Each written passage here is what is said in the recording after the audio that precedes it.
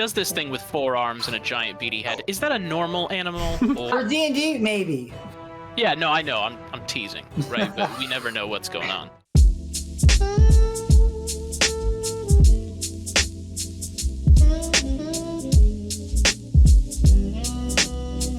Hello and welcome to the absolute disaster that is today's session. Nothing is working as intended. D&D Beyond is not working. My webcam apparently decided not to work. My bathroom lights aren't working. Yeah, we're having a great one. So basically, we're going to do a brief as brief a recap as is possible. Last week we had a couple of players missing. Also, is this music really loud for you guys? Yeah. No, kind of quiet for me. Okay. Sorry. I mean the people on the stream. Is everything okay? Yep, you sound beautiful. Right, so a brief recap of last week. We had 2 players missing. So Gideon, Glacius, Edward, and Val decided to go questing. They took on Garguk, the goblin leader, who was kindly slayed for them by Caviar the Drow. They met Caviar the Drow. They wandered through Irvies. They managed to find various objects for various people, and killed some winter wolves in the process. I think that's a fair summary. They came back rich, and we resume with them in... Would we call that rich? Like, would that be rich for this world to have, like, no, 500? No, you're not rich, but it feels rich to you guys. If anything, it'd be like a lot of money all at once. I appreciate that. Yeah, it should be. There we go. Okay. Usually my hourly wage. That's, So we're going to resume with them in the Golden Horseshoe Tavern, I believe that's the name of the place. Where, as you are resting and taking repast, you had a long rest at the end of last session. Cool. Who should return but Doctor? Now, Doctor, you've brought a friend. Upon your travels looking for information on Amon, you discovered Starling. And Starling was your sisterhood representative you were recommended to speak to. Starling is a slight elf who is renowned for her ability to sort of be where she shouldn't be at most times, really. That's sort of where Starling's at. She likes being where she shouldn't be. She's a sneaky little bitch, but she's got some fire to her. And yeah, it's fair to say that she is going to let you guys know what you've discovered of Amon. So if you'd kindly gather for breakfast downstairs, we shall begin. There's a lot of puns off Amon's name that I'm coming up with, but I don't know when to share them. So y'all just, preferably next. Let me know when I should come on with them. Oh dear. Do it when we're fighting him. Okay, as you sit around the table for breakfast, there's a good old bar girl Heather is handing you out some food, some eggs, etc. You've got all your egg, sausage, bacon, bread, all that stuff ready for you. And Starling is just wandering down. Good morning. Morning. Morning. Pleasure to meet you all. My name's Starling. I have met your colleague here, Gray, and I will be working with you to give you guys a bit of help and a bit of sort of summary of what we've really found on Amon, or what we haven't found, as may be the case. Yeah. Yes, Karina mentioned you, as I recall. Yes, Kiliana is a good friend and a long-term colleague. The sisterhood have been very good to me, and I do my best to help out in return. Cool. So, Amon. Now, you see, the problem with Amon is we found lots of stuff, and lots of stuff is nothing. Amon has been down at the front lines. He's been raising the morale of the soldiers. He's been speaking tactics with our current captain of the guard. He's been sort of bringing up sort of the basic people, the peasant people. He's been handing out healing potions that he's brought from the capital. He's been the perfect diplomat, perfect gentleman, as per usual. Didn't know a king's advisor would be so involved with plannings of battles.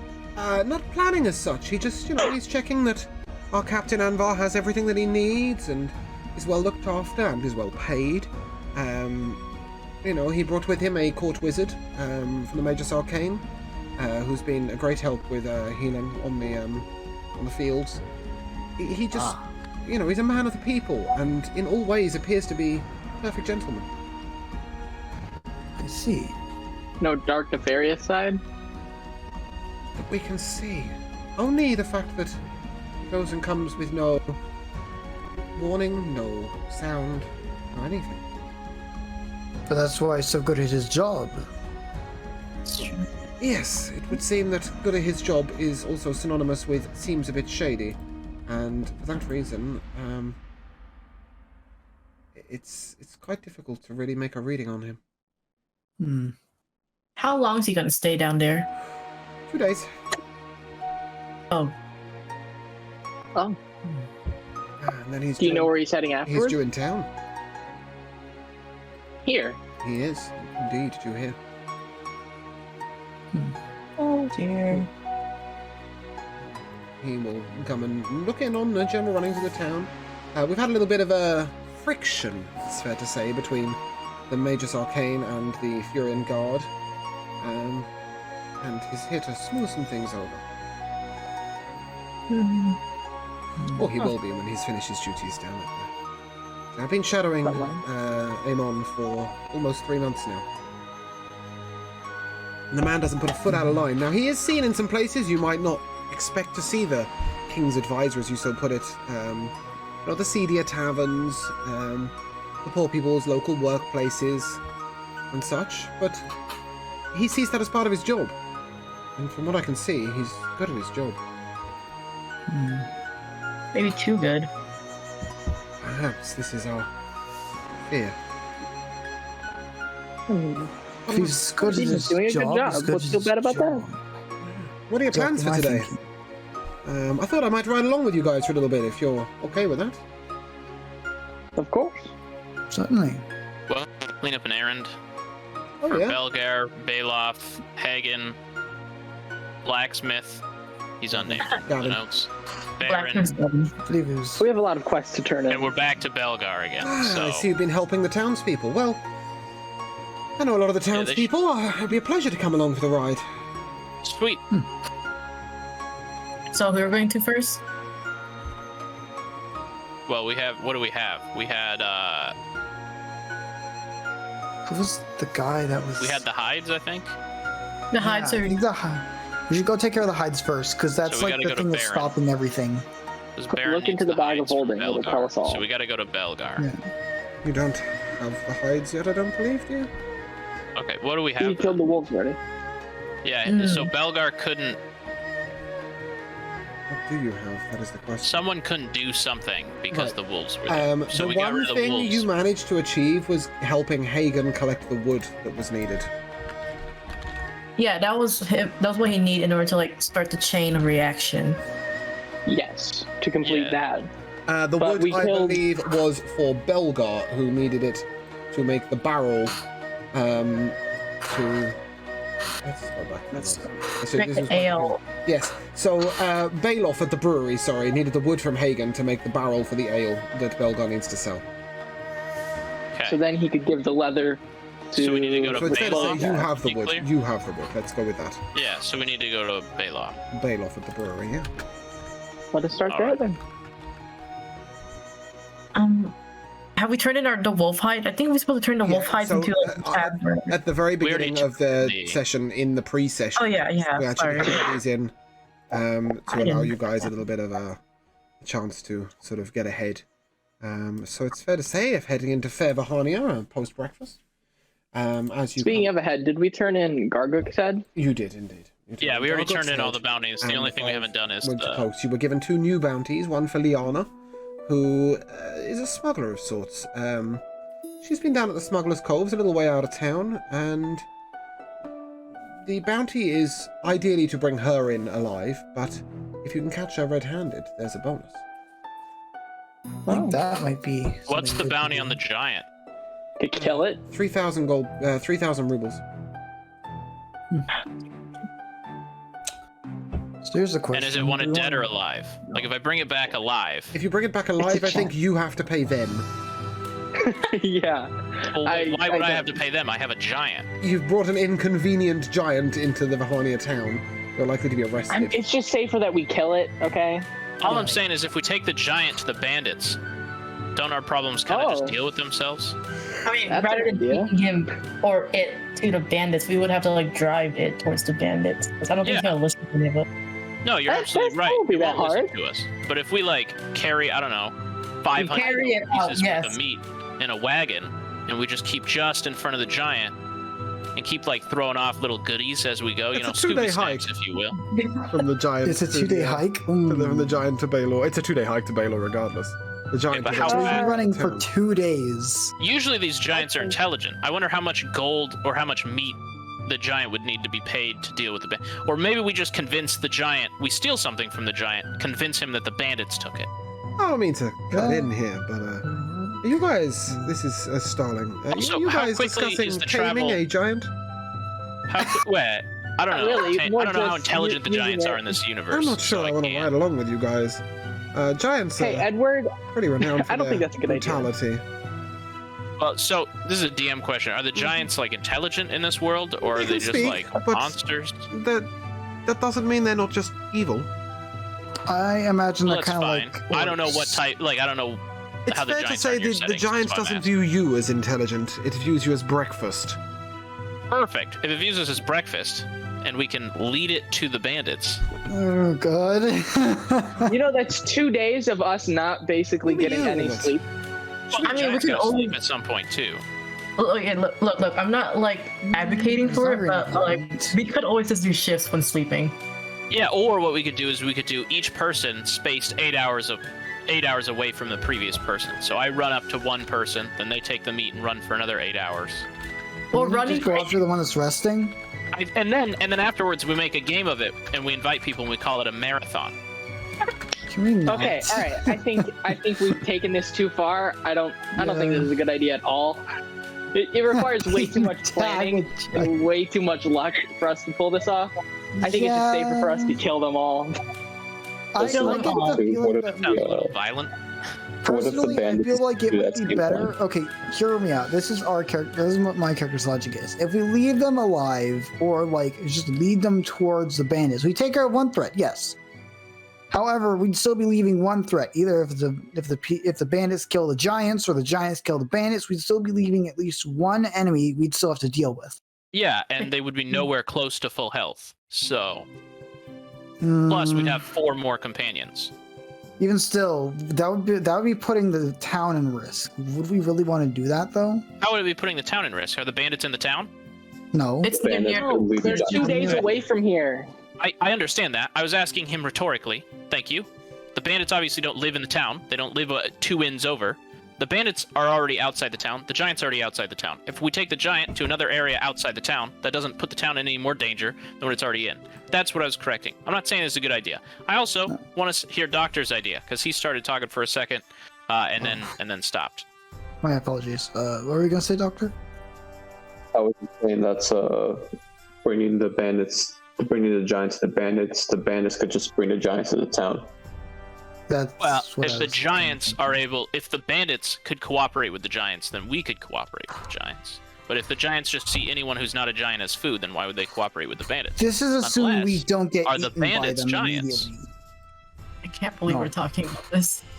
Okay. Also, there are people, there are hostages there that are about to be sold into slavery. So if we just let a giant loose, they're basically all dead. They're No, not just there. necessarily. We're just attack on tightening them, essentially. Okay. All right. Can In we the stop this confusion idea? of the giant attack. Oh my god. Why are we still talking about this? Just on a I side don't note as a know. DM, do bear in mind, guys, I told you if you want to go and take on the bandits, you might want to recruit some support.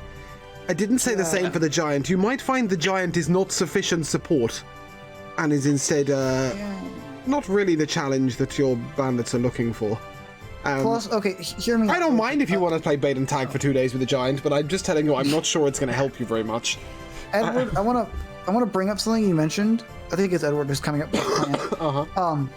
So Here's the only problem I have with your idea with the whole bait and run thing. If we like space ourselves out in 8-hour increments, wouldn't the giant just go after the one it's still chasing? That depends on the giant. But if it was going to go after the one that it was still chasing, then it doesn't change. Then we still have the same problem that we would have had if we were all together running. They're So that unpredictable. It's unpredictable to see the outcome, whether it'll follow the one that's running again, or if it's going to follow the one that's running for a long rest. And if it follows the one that's going for a long rest, that's 2 people at least against a giant with no other support. That's not going to end well. Gideon, you seem to be completely missing the entire... So the first idea was that we all just go up and then run from it, right? So then it's chasing 5 of us. We're not fighting it. We're still just being chased. So then the counter idea was to have people spaced out at 8 hours away carrying some sort of juicy morsel for it. Then your counter to that is, well, who's to say he won't just continue to chase the first guy, the one without the meat? And I was like, sure, but then we're just back to plan 1 again, where it's just all 5 of us running from this giant. So I wouldn't start running from the giant, see that the giant is following me, and then go, you know what, I should just single-handedly fight the giant. No, I mean, I'm not run sure off where in you a got that separate direction to go hide or something. Oh, no, I mean, on a 2-day journey, going 20 minutes to the right isn't really that big of a separation. Even still, Besides, the giant could still run after you. We could pull a Lady Gaga, and we could make a meat dress, and we could just pass it from one character to the next. Poor James is just like, please no. You can just see it in his face. Guys, another thing is that kind of what the DM said already. That giant, currently, we can take it and we can beat it easy. If we go face the bandits, we're dead. So that implies that us together is stronger than the giant. So if we can kill that giant, the bandits will have no problem killing that giant. And that is true. This is yes, this is a terrible. All of our 2 days of planning just went belly up, and we didn't get anything out of it other than seeing a giant die basically instantly. Whoa. We got a lot more out of it than that. Think about how fucking awesome of a story it would be. As you look around, Starling has wandered off to the bar and is currently necking as much beer as she can find. Well, it already looks like we're drunk. Look at our conversation. It looks like you're drunk. We're the ones trying to talk sense into you. I'm not trying to talk sense into me. You're encouraging me. It's like, we're legitimately trying to stop. Okay. If you want to stop an idea, you just don't talk about it. You move on. If you want to keep an idea going, you argue it. Personally speaking, I think we should do this. That's a life lesson for everybody here. Guys, one at a time. Starling is very intrigued as to whether we're going to visit Bailoff today or tomorrow. We're just going to go to Bailoff today. I figured we'd do it right now. Yeah. If we do that, then we follow the next step. Shall we? Okay. Or anybody can say anything stupid again. Yeah. And by anybody, I mean myself. But, okay, so as you come out the tavern with Starling in tow, reluctantly, you remember where Bailoff's Brewery is, as you've been pointed there before. It is 3 doors down to the right. As you are wandering down the street, the town's coming to life. It's early morning, but you can hear sort of the hammering of the anvil. You can hear the bleating of various animals who are being kept down for the town. There's a few wagons passing through town, and one particular voice rings out clear and loud above them all. Join the Furian Guard today! Save the people! You can hear Virgil shouting away. And as he sees you coming, he's waving frantically at you. Come here. Do we want to come? After I left the tavern, I immediately disguised self into just a random commoner. Yeah, that's fine. Just standard, average-looking Joe. Not anyone special. That's okay. Virgil's still waving. Do we want to go over and talk to this guy, or do we want to just go about our business? Well, okay, here's the issue. We need to give him the phosphorate and moss, and then get him to, tell Salem to, stop saying weird stuff about the king. That was one of our quests. That was one of our quests. I can handle that. I'm pretty intimidating. Intimidating? You're gonna intimidate him to help us? Oh god. Yes! No. All I can see is happen. I can't remember which one we have to shut up. I just know we have to shut one of them Salem them from the Major's Arcane. Or alternatively, Virgil. Both. We can do both. Try. All right. Well, I guess we're gonna go up to him because we do have those plants we have to deliver to him. Oh, good day, good day. Welcome. Hello. You, how's your stance changed on the Furian Guard? We'd love to recruit you, you know. I think we're all still considering it, but I do have these, and then I pull out the Phosphorus plant moss? root. Yes, the phosphorus moss, and I hand it to him. Oh, fantastic. We've needed these. We've needed these. He hands you a small pouch holding 150 rubles. And he says to you, there is something slightly larger scale that perhaps you might be of assistance with. Oh? Yes, you see, there's a mage around town, Salem. Obviously, you know of the constant friction between the Furian Guard and the Magus Arcane, and Salem is in many ways causing some trouble here. He's espousing how the Magus Arcane should be in control of the country given all their efforts on the front line, and don't get me wrong, I'm not putting down their efforts on the front line, but, well, the Shadow Veil is still there, aren't they? That is true. It is true. Salem is also been trafficking in some items that perhaps he shouldn't. And if you would retrieve one of these items from his home, then perhaps we can... I'm just saying that if he was to get in a little bit of trouble with some guards, maybe he might keep his mouth shut. That might be beneficial for, I think, everyone, except for him, of course. That is to say, if he was caught with some questionable items, we'll say. Yes. What kind of items are we talking about? Goods for necromancy. The most foul of arts. That isn't very good at all. Well, I don't know if I speak for everyone, but we will definitely consider it. Yes. A fine for myself, reward and I should you manage this.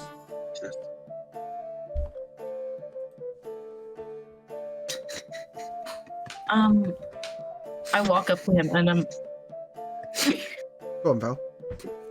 I'm gonna ask, is Salem's possession inside of the Magus Arcane out?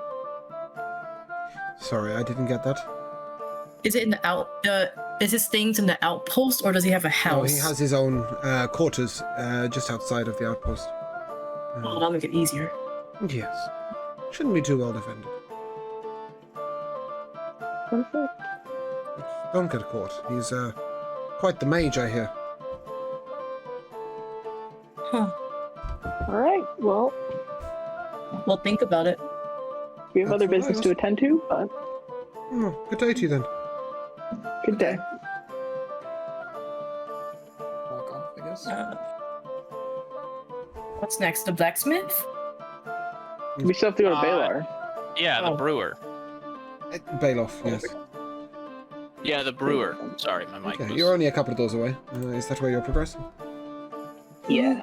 You Unless come- we get stopped again. You come to the front of his house, there is a large barrel, huge barrel, sort of tilted at the front of the house, or like, suspended up there, displaying that this is the brewery. Okay. I'll knock on the door.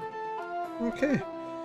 A very portly woman comes to the door, and she's got a bit of weight about her, if you like. And she says, "Oh, well, good day. What can I do for you?" Good day, Mom. I'm here to, we've come here for, Baylor. We have his, shipment of wood, I believe it was. Ah, the delivery. Well, come on in. As you... So, ma'am. She guides you through sort of a smoky, almost factory of various bubbling and broiling brews. There are machines at work. There are different smells coming from all different areas. And she leads you to three dwarves who are standing around arguing furiously with mugs in hand, taking tastes of various different ales and saying, "No, this one, no, that one, no, this one, no, that one." Oh, and as they sort of turn around and see you, they're just, well. And then one dwarf hands you, Glacius, he hands you 3 mugs simultaneously. It's each one large enough for one hand. How you're going to hold all three is up to you. And taste these. Okay.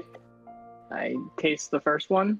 Okay, it's a very warm flavor. It reminds you of summer and fine apples. Okay. The second one. This brings a taste of honey and bees and almost a couple of floral notes.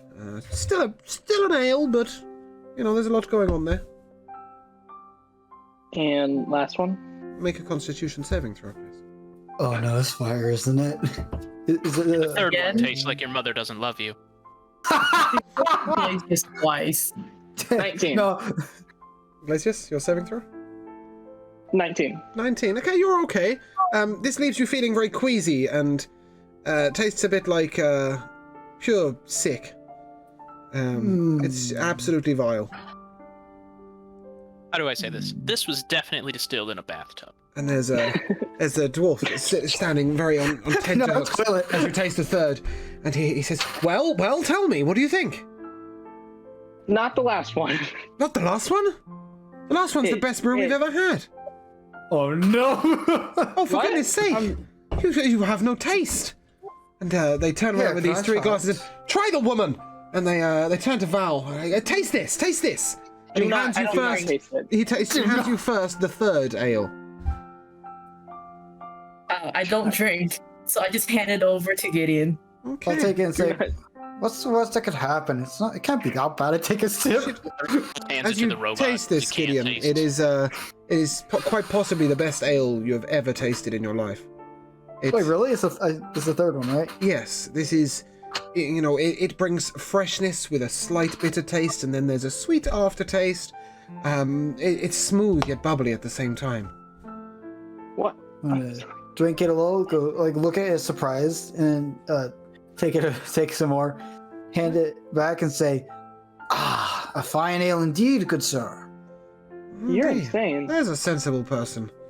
Here, taste, all of you, and he begins to pour this third ale into 5 cups, and he hands one to Starling, who immediately takes a draught, and oh, that's incredible. And hands it out to the rest of you. And the other dwarf hands almost a large sack of money to the guy next to him. I told you the Dragonborns can't drink proper ale. Oh no. Screw you. I hate non-Dragonborn. Tasted like shit. You see, Tasted like your mother does. Bailoff, the primary brewer, turns to you and says, I do apologize, Dragonborn. I joke at your expense. The first two are mead. The latter, being a quality ale. I understand that you guys have the potential to perhaps breathe something a little more powerful. And we're told that the effects on your taste buds with the beer are quite drastic. The last one we gave it to threw up all over the floor. Just a subtle joke. Dwarven humour. We apologise. What can I do for you? Dwarven human Got is his your finest. Sorry, I got about 5 sentences at once. What can I do for you? This is Bailoff asking. We've brought the wood that you ordered, sir. Somebody in town has finally done something useful? Where did you find old Hagen? He In was... In jail. In jail? Ah, It was a A misunderstanding. bunch of young He's guards free got now. a bit... A bunch of young guards, probably their first ever job, got a bit, shall we say, out carried away. Enthusiastic. fabulous around story. there. I'll have to bring him an ale on me. Well, fantastic. Hand it to Slef here, and this humongous guy. I mean, he must be sort of 7'6", built like a brick shithouse. Arms sort of hanging down almost to his knees. Sort of comes over and with hands larger than life, sort of grabs up this wood, takes it out back, and he says, "Right, well, now we've got enough for the next shipment. Could you kindly do me a favour?" Certainly, sir. Well, I have 4 barrels here, you see, 4 barrels of fabulous ale, and, well, I need 3 taken, taken to Belgar. But the 4th you may keep for yourself as a sign of my goodwill and thanks, if you would. Sure. Belgar's. Can the Dragonborn drink it? Is the biggest question. You've I just have. tasted it. Ah, All of you seemed So fairly no. happy with it, apart from the Dragonborn. Well, all for him, and then he I'm hands... fine with that. He turns around and he grabs a small bottle and he hands it to Glacius. He says, and this here is the finest of honey meads, and may you enjoy it greatly. If you enjoyed your second drink, that is what was in it. And again, apologies for the dwarven humour. Can't help it. Of course, I understand. And the lady who showed you in is now gesturing you out. Who would like to carry the barrels of ale? There are 4 barrels. I carry don't care. some. I can do 2. how Two. big are these Who barrels? thinks they can take 2? Elysius does. Okay, Glacius, make a strength check for me. All right. Okay, that was Oh. one player. Another throwing another one under the 19. bus there. Okay, yeah. Uh, You tuck one under each arm, but the going's tough, you know. They're very difficult to grab a hold of. So Can you're I sort of try and- waddling Not right that now. far though. Gideon, sorry. you also would like to try and take 2? Yeah. Oh no, not 2. Just the Only one? take Just the one. one? You'll be okay with one. You'll be okay with one. And the last one, Okay. I think Doctor was offering, is that Take correct? it. Yes, fantastic. Okay, so as the Should four have of given you, all the doctor. as the 4 of you sort of are sloughing down with your various barrels, you come out and Can we put it in the bag of holding? It's too big, isn't it? it will be a tight fit, but you can manage. Oh, All right, we'll do that later. But Okay. Well, I mean, perhaps you want to put the one in there that you can keep, but as you come out the door, Yeah, the it is one that only we a can keep. short walk, you know, sort of 15 foot over Yeah. to Belgar's house where you've been before. An entire cask of brew now, Yep. Mhm, because I think giants love brew. they do. we're not doing that. Oh my No. We're not God. doing this again. Just get Shut up. You get to the front of Just Belgar's someone- house, and this time Starling takes the lead. She knocks on the door, and she says, apologies, guys, but Belgar's a good friend. And Belgar opens the certainly. door, and he sees her, and she sees him, and a huge hug is ensued. The tiny little elf consumed by the barreling dwarf. And, you know, there's sort of kisses on cheeks going on, and how are you? And, you know, large amounts of chatter. And then finally she sort of turns and gestures towards you and says, they brought you. It's, the ale that you needed. And Belgar sort of sighs with relief, and he goes, oh, that's wonderful news. That's wonderful news. Well, thank you. And then he says, just give me a second. Let me get you something for you. And he comes out, and in one hand he's carrying a large sort of Haver sack. In the other hand, he's holding a very strange, sort of what appears to be a golden flagon, if you will. And obviously gold being almost unknown here, he hands it to you and he sort of covers it with a bit of silk and he says, keep that on the down low, but thank you so much. Certainly. Alright. Cool. And then, by Probably the should put way, that in the bag of holding too. any chance you could take these hides down to Baron? He needs them to, I'll scoop them up and Of say, course. certainly. marvelous. That'll be a pleasure. And Starling says, if it's alright with you guys, I'll catch up with you a little bit later. I'm gonna catch up with Belgar. It's been such a long time. Certainly. Of course. And she proceeds into his house. Alright. I'm gonna head towards Baron's, and as I'm going, I'm gonna kind of like talk to the party a bit, saying, I hope you don't mind, but I have a bit of experience with Baron. We've done business, so would you mind if I were to take the lead on this one? Sure. Thank you. As you Okay, get why to the not? door of Baron's, there is quite a lot of noise coming from inside. I'm gonna open the door just a bit, try and listen in. As you listen in, you hear sort of hooting and laughter and sort of melodic giggling.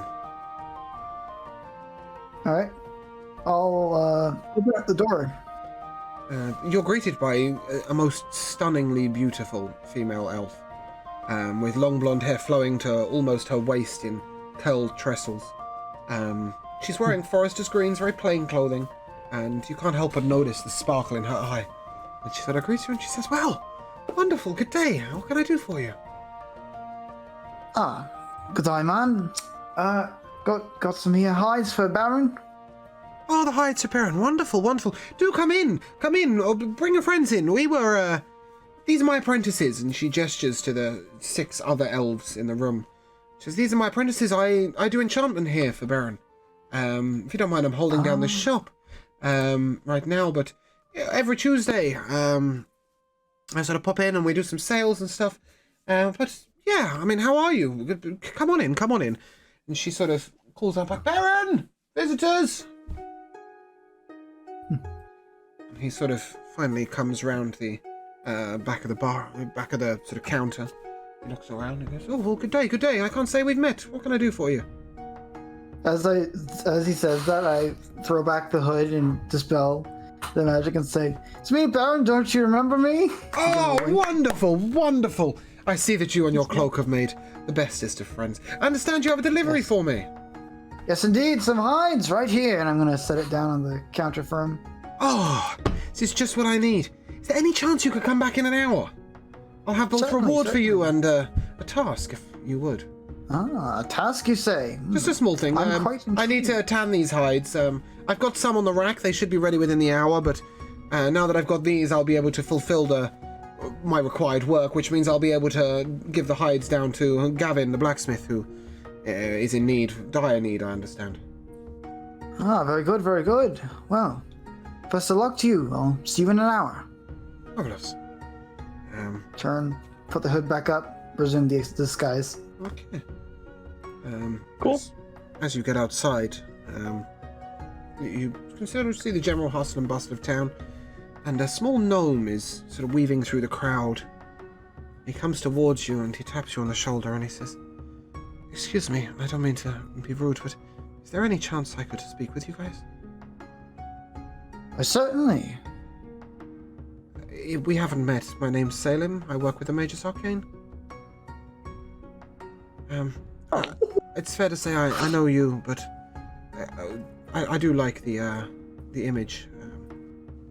He's sort of gesturing to you, Gideon. Yes, a very fine cloak you have there.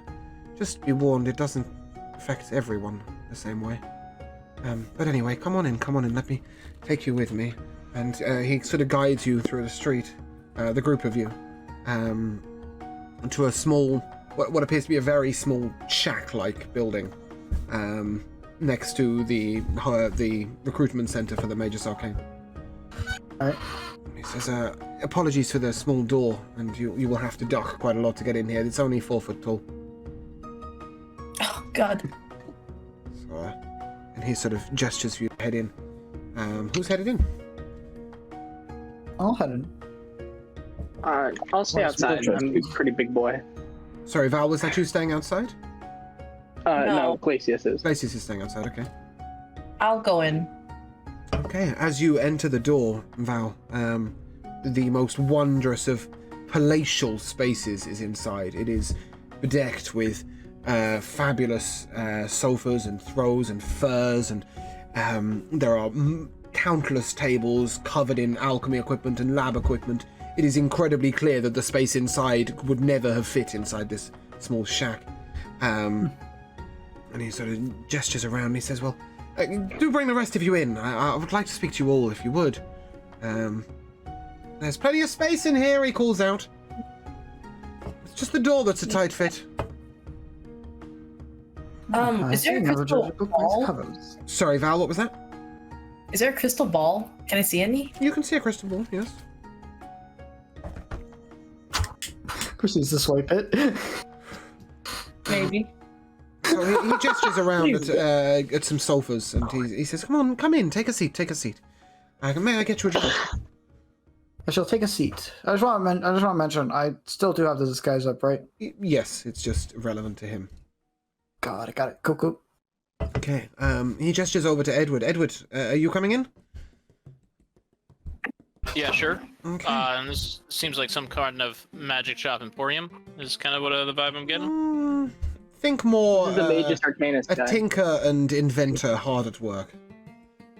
Tinker / inventor, hard at work. Yes, Gotcha. yes. All right, we'll keep in mind. So he sits you all down on the sofa and he begins to pour from what appears to be a strange bubbling purple brew. And he pours you each a small glass and he says, take it slowly. And were you to taste it, you would taste the finest essences of grape and various other sort of pomegranate and blueberry fruits. It's an incredibly refreshing tonic. anybody who partakes, please gain 5 temporary hit points. Oh, cool. Yeah, I would partake in it as I've been drinking. Well, I mean, I think it's fair to say you're all sort of partaking in out of politeness. Yeah, that's all. Doctor doesn't drink anything, so would I be able to pass it to somebody else? Yes, I mean, but You can no matter how much hold on to it consume- and give it to me. Yeah, hold on to it. That'll be absolutely. Because fine. I'm still outside, so. I like to think that Doctor has a bunch of like hidden compartments where you can store shots of alcohol. Sounds great. I like it. Sure. I like it. So as he gestures around and he says, "I do apologise for the unusual greeting in town, but I've got myself in a bit of trouble in town. You see, perhaps I ran my mouth a bit too much of the old fire whiskey, if you would. Said a few things about my views of the Magus Arcane, which I do support. I do think the Magus Arcane do far more in this country than perhaps they get the credit for, but it's not one gnome's job to speak of politics, alas. Yes, I've unfortunately heard tales. Well, haven't we all, but a tale to tell is mine, if that is okay. I have a tale to tell and a request, if you would. A tale is always welcome. You see, we have a friend in town, name of Virgil. He is the recruiter for the Furian Guard. But recently was seen... this is terrible. I don't know how to tell you, but... there's a local village nearby. Javasta, and in Javasta, there are only maybe 12 or 15 village shacks, if you would, and a little tiny tavern. And Virgil went there recently to recruit with a few of his comrades, and the tales of how the people were treated are truly tragic, I tell you, tragic. Women, sort of spoken to as if they were dirt. Men sort of jibed at and pushed and poked and prodded almost into competitive battle, wrestling matches and such, where they were promptly, they weren't treated well. And this is a common threat with the Furian Guard. It has been heard that some towns have even been sacked because they wouldn't join up with the Furian Guard, and I understand that they're desperate for recruitment. And by all means, their cause is good. Defeat the Shadow Veil, but, well, the Shadow Veil is still there, aren't they? So... Okay. The task I have in mind for you people is very simple. I would merely like you to visit the town of Javasta. It is only a 3 or 4 hour walk. And take them some goods that I've appropriated for them. And really shower them with some charity and some affection. Certainly. Out of game, really quickly, James, Yeah. could I possibly recall a story or something, some kind of rumors about the Furian Guard? There are Is this lots and lots of rumors of them sacking towns because they wouldn't join up with the Furian Guard. They have done some very good work on the front lines. Certainly they are the very vanguard of the defense against the Shadow Veil in terms of the military, but at the same time, their recruitment tactics are a mixture of propaganda and force. Could I also, really quickly while I have the stage, could I possibly also recall any rumors about the Magus Arcane? The Magus Arcane are incredibly secretive. They have pushed for power and politic a lot. Especially in the town of Carthon, there is a lot of competition for them to rule the town, but very little that is particularly nefarious. They teach all colleges in magic, and as such, things like necromancy, etc. are practiced, but they are very strict on their guidelines for younger mages. For all intents and purposes, it would be seen as a good organization. Both would, really. But recently, the Furian Guard have been getting a little out of hand.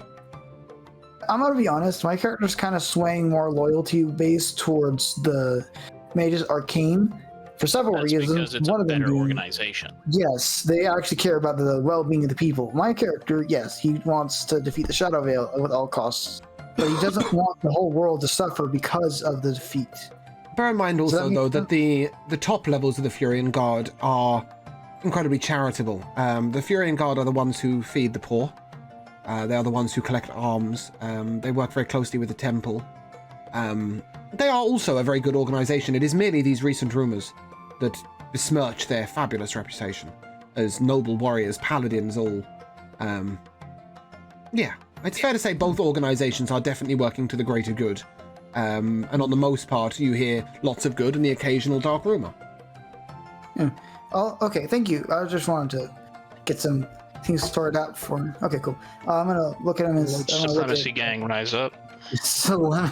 I'll look at Salam and say, "So I've unfortunately heard a few dark rumors that besmirched your fabulous name. I must say, I very much love your work with the temples and feeding the poor. It's all I personally That's the stand Furion for. Guard, not the Mage's Arcane. Oh, fuck me. You're backwards. You're backwards.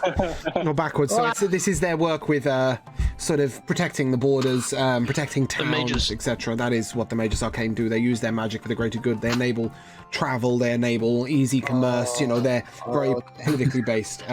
But yeah, I mean, it's fair to say. Rumors. We'll say no. They do have bad rumors. There are rumors of cults within them. There are rumors of certain mages overstepping their boundaries. Okay. Heresy, sir.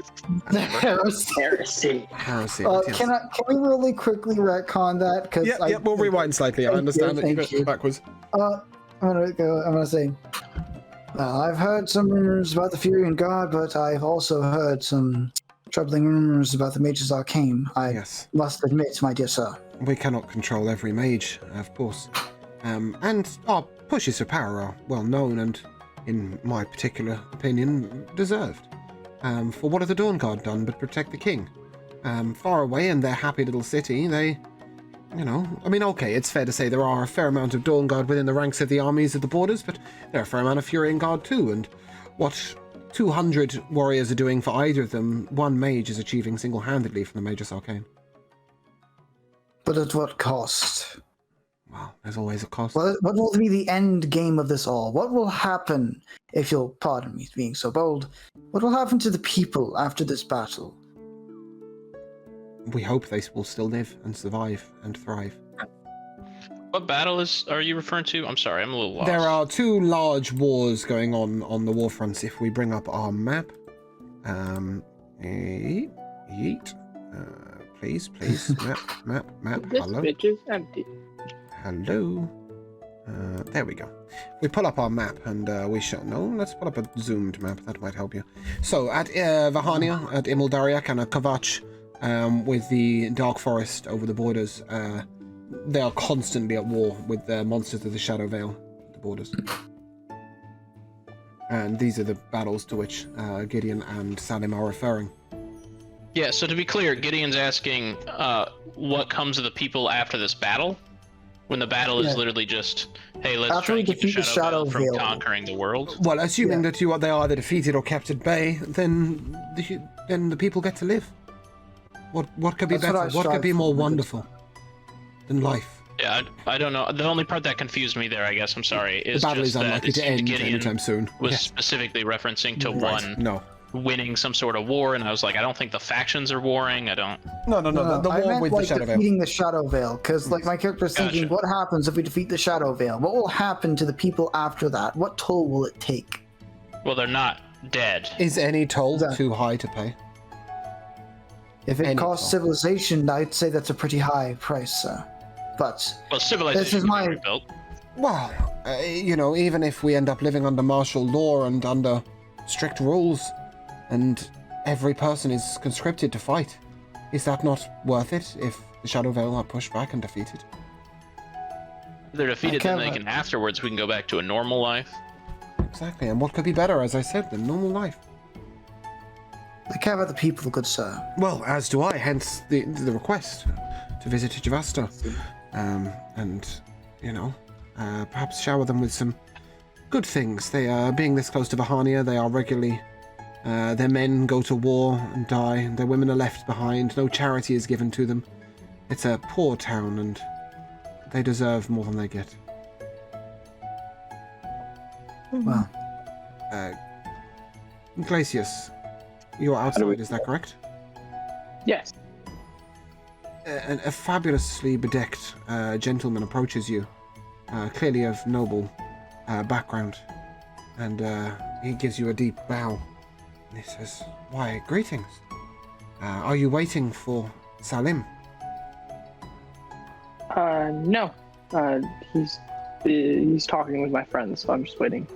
Fabulous. them Your to friends, finish your up. friends. Can I take your name, sir? I apologize. I give you my own first, for if you do not know me, perhaps you should. My name is Amon. I am an advisor to the king. If I could so trouble quick you for your question. name. Yes? Is he a man or a woman? He's I Amon. hate you. You And saved that. You waiting. bedecked in his finery, he takes another deep bow to you and he says, "Could I possibly trouble you for your name, sir?" My name is Glacius Frostborn. It is a pleasure to meet you. So I thought it might be, and so I thought it might be. Oh, this is such wonderful news, and by chance your friends inside, well, you know the rumors. Is one of them Gideon Dawnstar? Glacius? Yes? Fabulous. I've traveled to meet you. Would you be so kind as to come inside with me? I understand this door could be a bit of an issue, and he sort of places his hand on the top of the door frame and just pushes slightly, and the door rises, and it widens out to your size.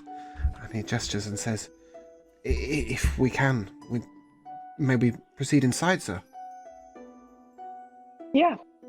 Wonderful. And as he guides you in, he follows behind, and he bows deeply at the door and says, "Well, Salim, I'm so sorry to trouble, so sorry to walk in with no warning." And Salim sort of nods and goes, "Oh, no, what a pleasure, sir.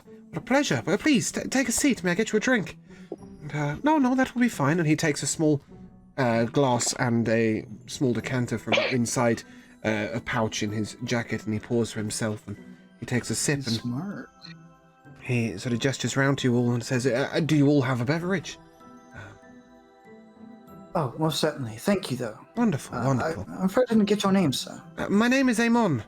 I am an advisor of sorts to the good king himself. You And guys see a slight look of surprise on Gideon's face, and then it immediately gets covered and is like, I didn't expect to find the king's advisor all the way out here. and I did not expect to find our last Asimar survivor hiding as a common person. I'm afraid I don't know what you mean. I understand that you may have acquired a disguise from the Sisterhood. You are aware, of course, that there are certain limits to your disguise, certainly in a place of Salim such as this. And as you look down, Gideon, you realize that your alter self is currently not present. And you look fuck exactly me. like you. And Salim sort of nods and apologizes and says, well, you know, a necessity in the times, I'm sure you understand. And Amon bows deeply once more, and sort of from his chair, he sort of nods his head deeply at you and says, I've actually travelled back early from the front line. I believe many people think I'm there specifically to speak to you all. But, you say. Huh. There is... Pray tell, good sir, pray tell. There is a lot at foot down at the war and within the capital. And I understand the Sisterhood have been looking for some poster boys, but also for some real agents against the Shadow Veil on the inside. And They got my nose wrong. And I merely wanted to both give my support, perhaps some assistance, and also to perhaps recruit you to a small job for the king. Is for the king, then? Can't color me interested. Well, there are... Eller is interested? Like, if I was to... Stop it. You see, I understand, young Glacius here, a few of your friends were most recently captured. Is that correct? Yes. Well, perhaps I can be of assistance. And he sort of unveils a bowl from his... it comes out of a pocket that's far too small, and lays it on the table, and he gestures to Salim, who puts his hand into the bowl and water comes forth into the bowl. And he spreads his hand across it, and inside the bowl, you see your 4 merchant friends sitting in the Golden Horseshoe, the tavern where you have been staying. And he says, I may have retrieved them for you. Merely a gesture of goodwill. What has happened to the Hearing captives? that there's no reason for us to get the giant to follow us. Is that? We never had a reason in the first place. A true tragedy. And he sort of nods and says, well, you'll find them in the tavern awaiting you, Glacius. Unfortunately, fighting Baylor directly has not been an option, but it's fair to say when I have the need, I can move swiftly and quietly. And perhaps conceal others in the same way. Reason, good sir. They do call me the Raven. That name is usually only known in darker places. It is a misnomer, I guess. When in the darker parts of town, perhaps it is not always good for me to appear as myself, of course.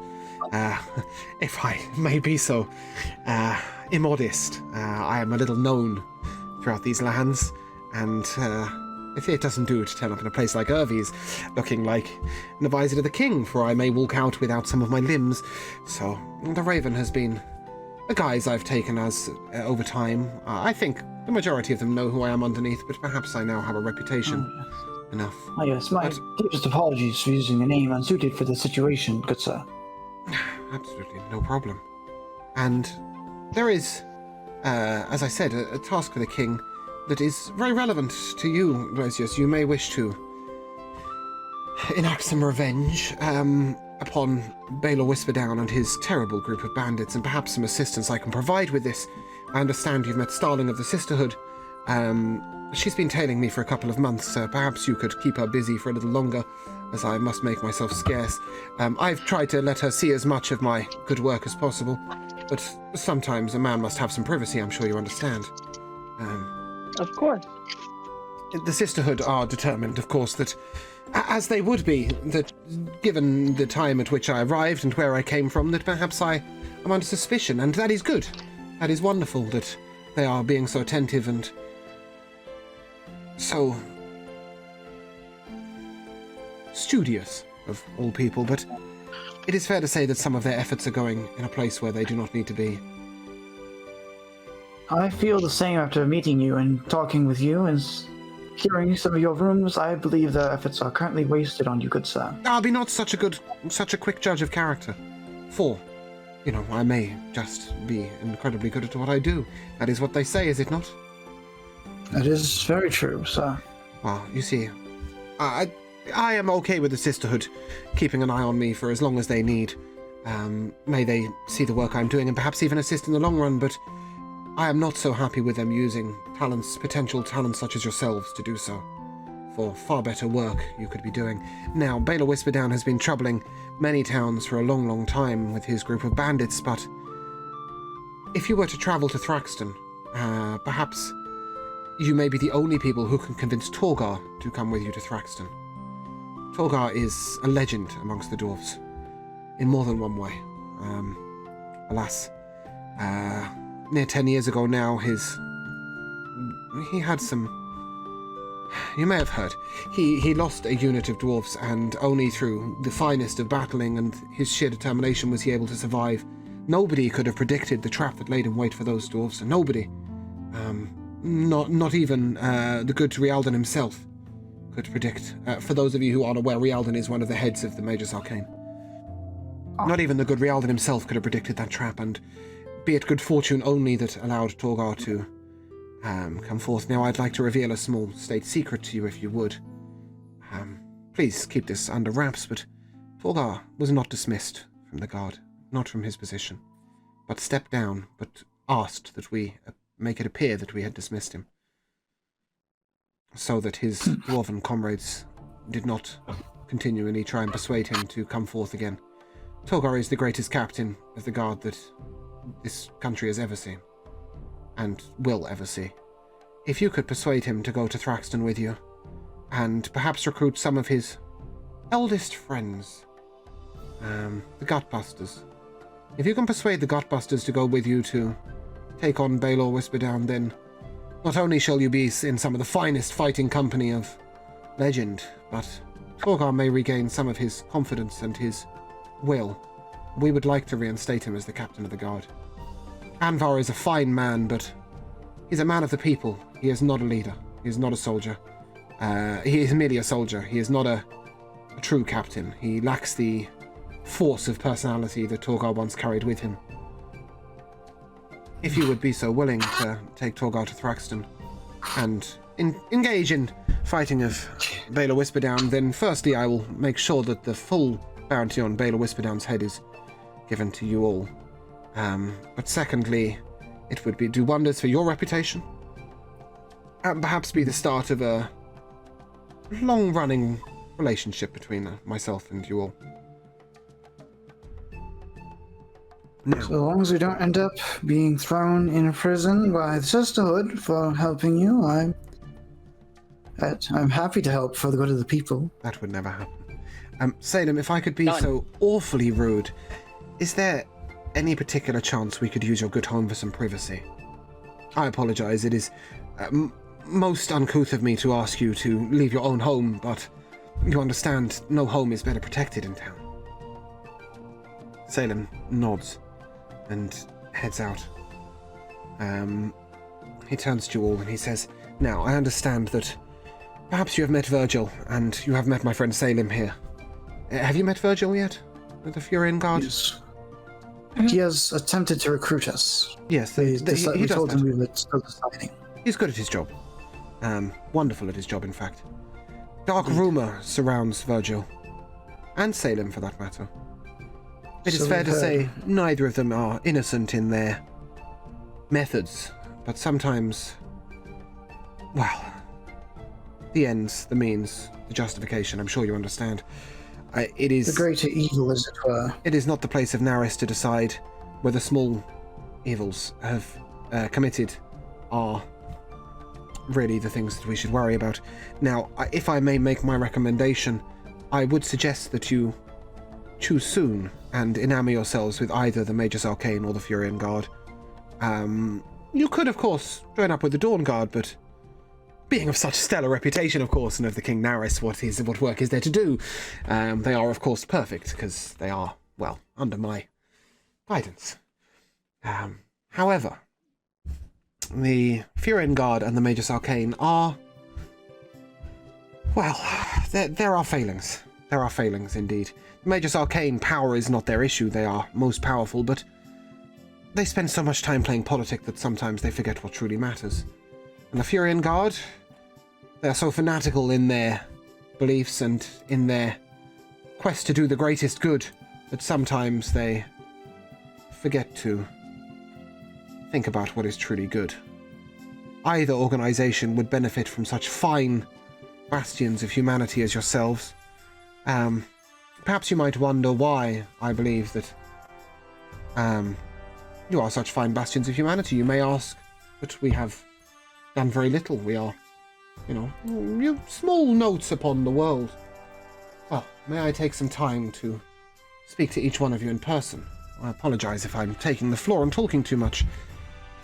And with that, we are going to take a short break. Welcome back. We return to Sogravia, the last bastion.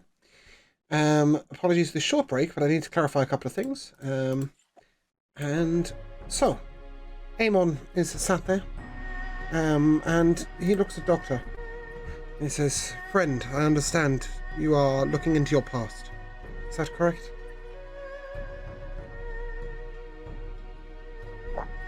Yes, that is.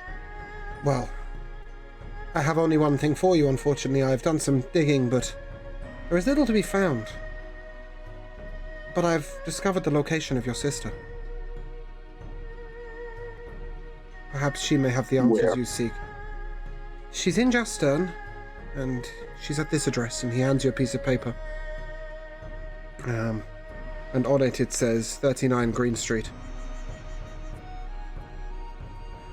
She has a small house there. She lives well enough as it is.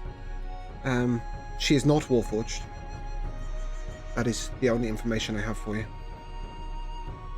But How did she get there? I don't know. As I said, she may have the answer herself, but short of approaching her directly and asking her direct questions, which may have caused her to flee, she is very secretive.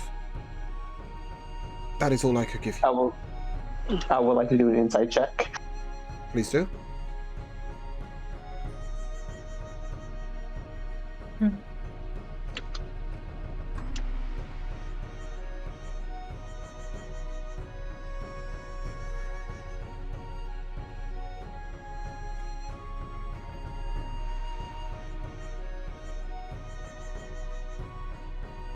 What did you get?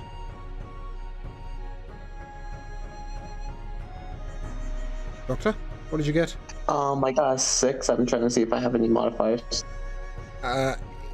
It's fair to say that, perhaps, I mean, who's good at inciting here? Let me check my character sheet. Oh, that's investigation. It starts with an I, so I got confused. I'm not very good, so. Oh, I am. My proficiency is in insight. I have a 3, a +3 for insight. Same. Edward and Gideon, give me an insight check. Okay, yeah, it's definitely a 9. Good thing. It's Did you Gideon say that you needed. please first? That'd be No, an 8. I That's got what an you 8 get as well. You got an 8 with a +6 modifier? Yeah, I know. Like, what? Tragic. I know. I stole all the 19s earlier. Yes, you did. I also... I Okay, can't read I'll make this easier for you. the dice when they're rolled up. Amon turns to you and says, "Perhaps you doubt me, Doctor." And he takes out a rod from his pack, and he casts upon the floor, and a purple circle with sort of triangular markings in it appears underneath all of your feet.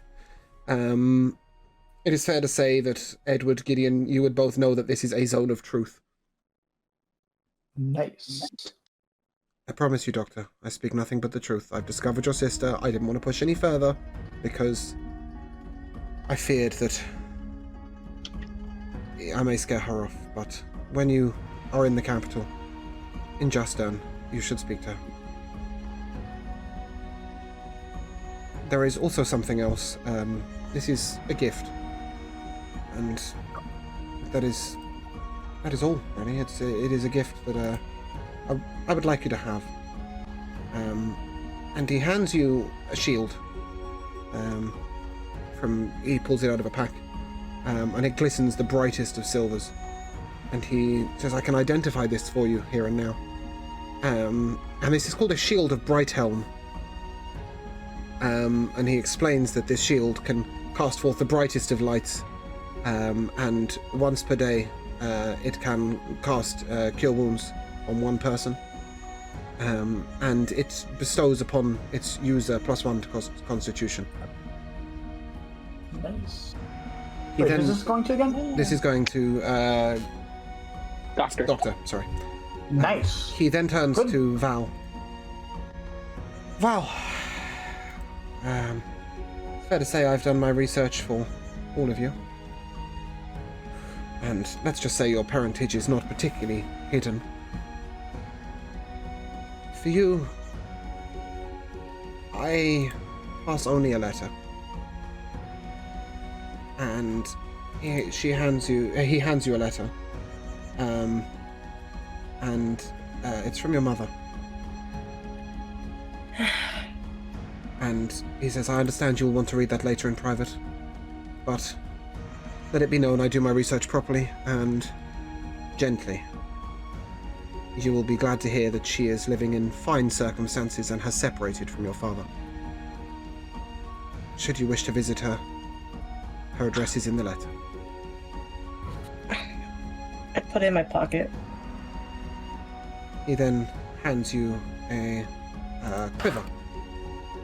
And he says, "I understand that perhaps you might not understand the value of this archery. I know is not your thing.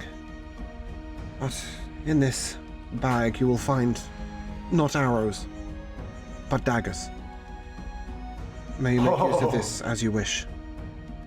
And this is called the Endless Quiver of Daggers." May you Stop. always find a blade to your hand.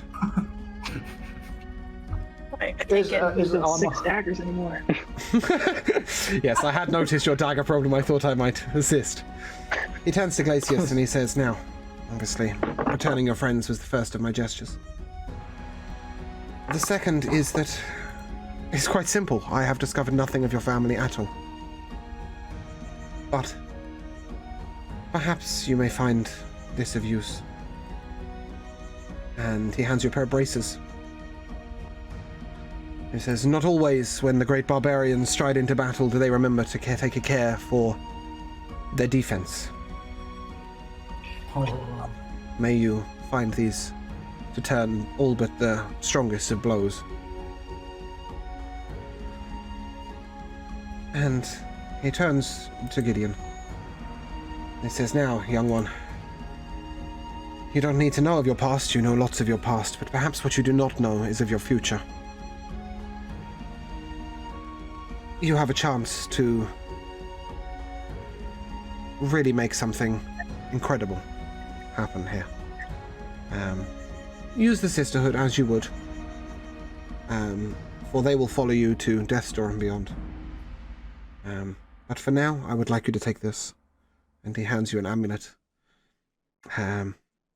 This periapt can bring forth some basic spells at your most dire times of need.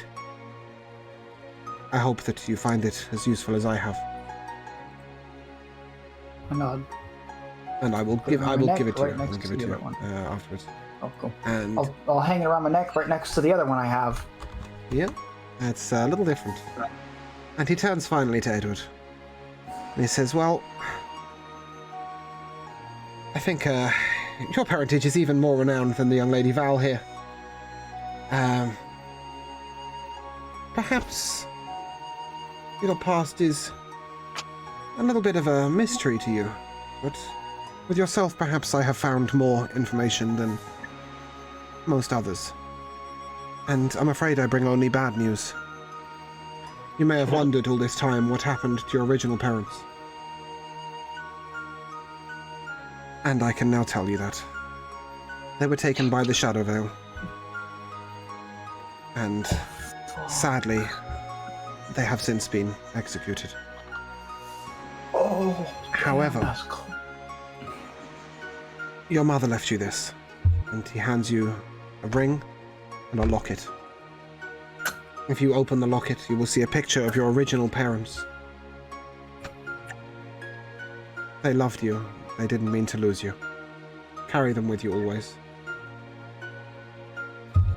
The ring has no sentimental value, but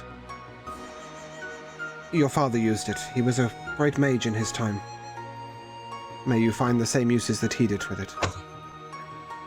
And this is a ring of spell storing. Oh, you wanted that one, did you? No. Oh, hell yeah. Thought you might. Okay.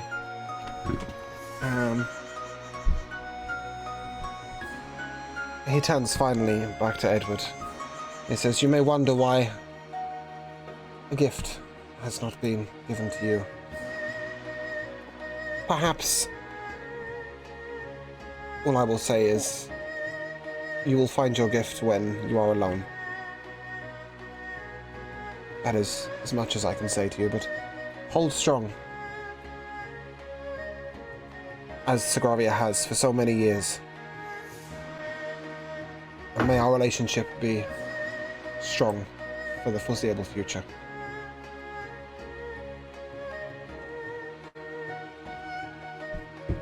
Alas, I've tarried for too long. Do you have any questions before I take my leave?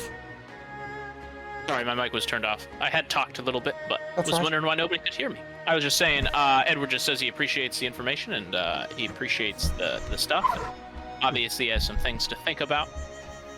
Perhaps you all have things to think about, and I do not mean to be the bearer of such bad and difficult news.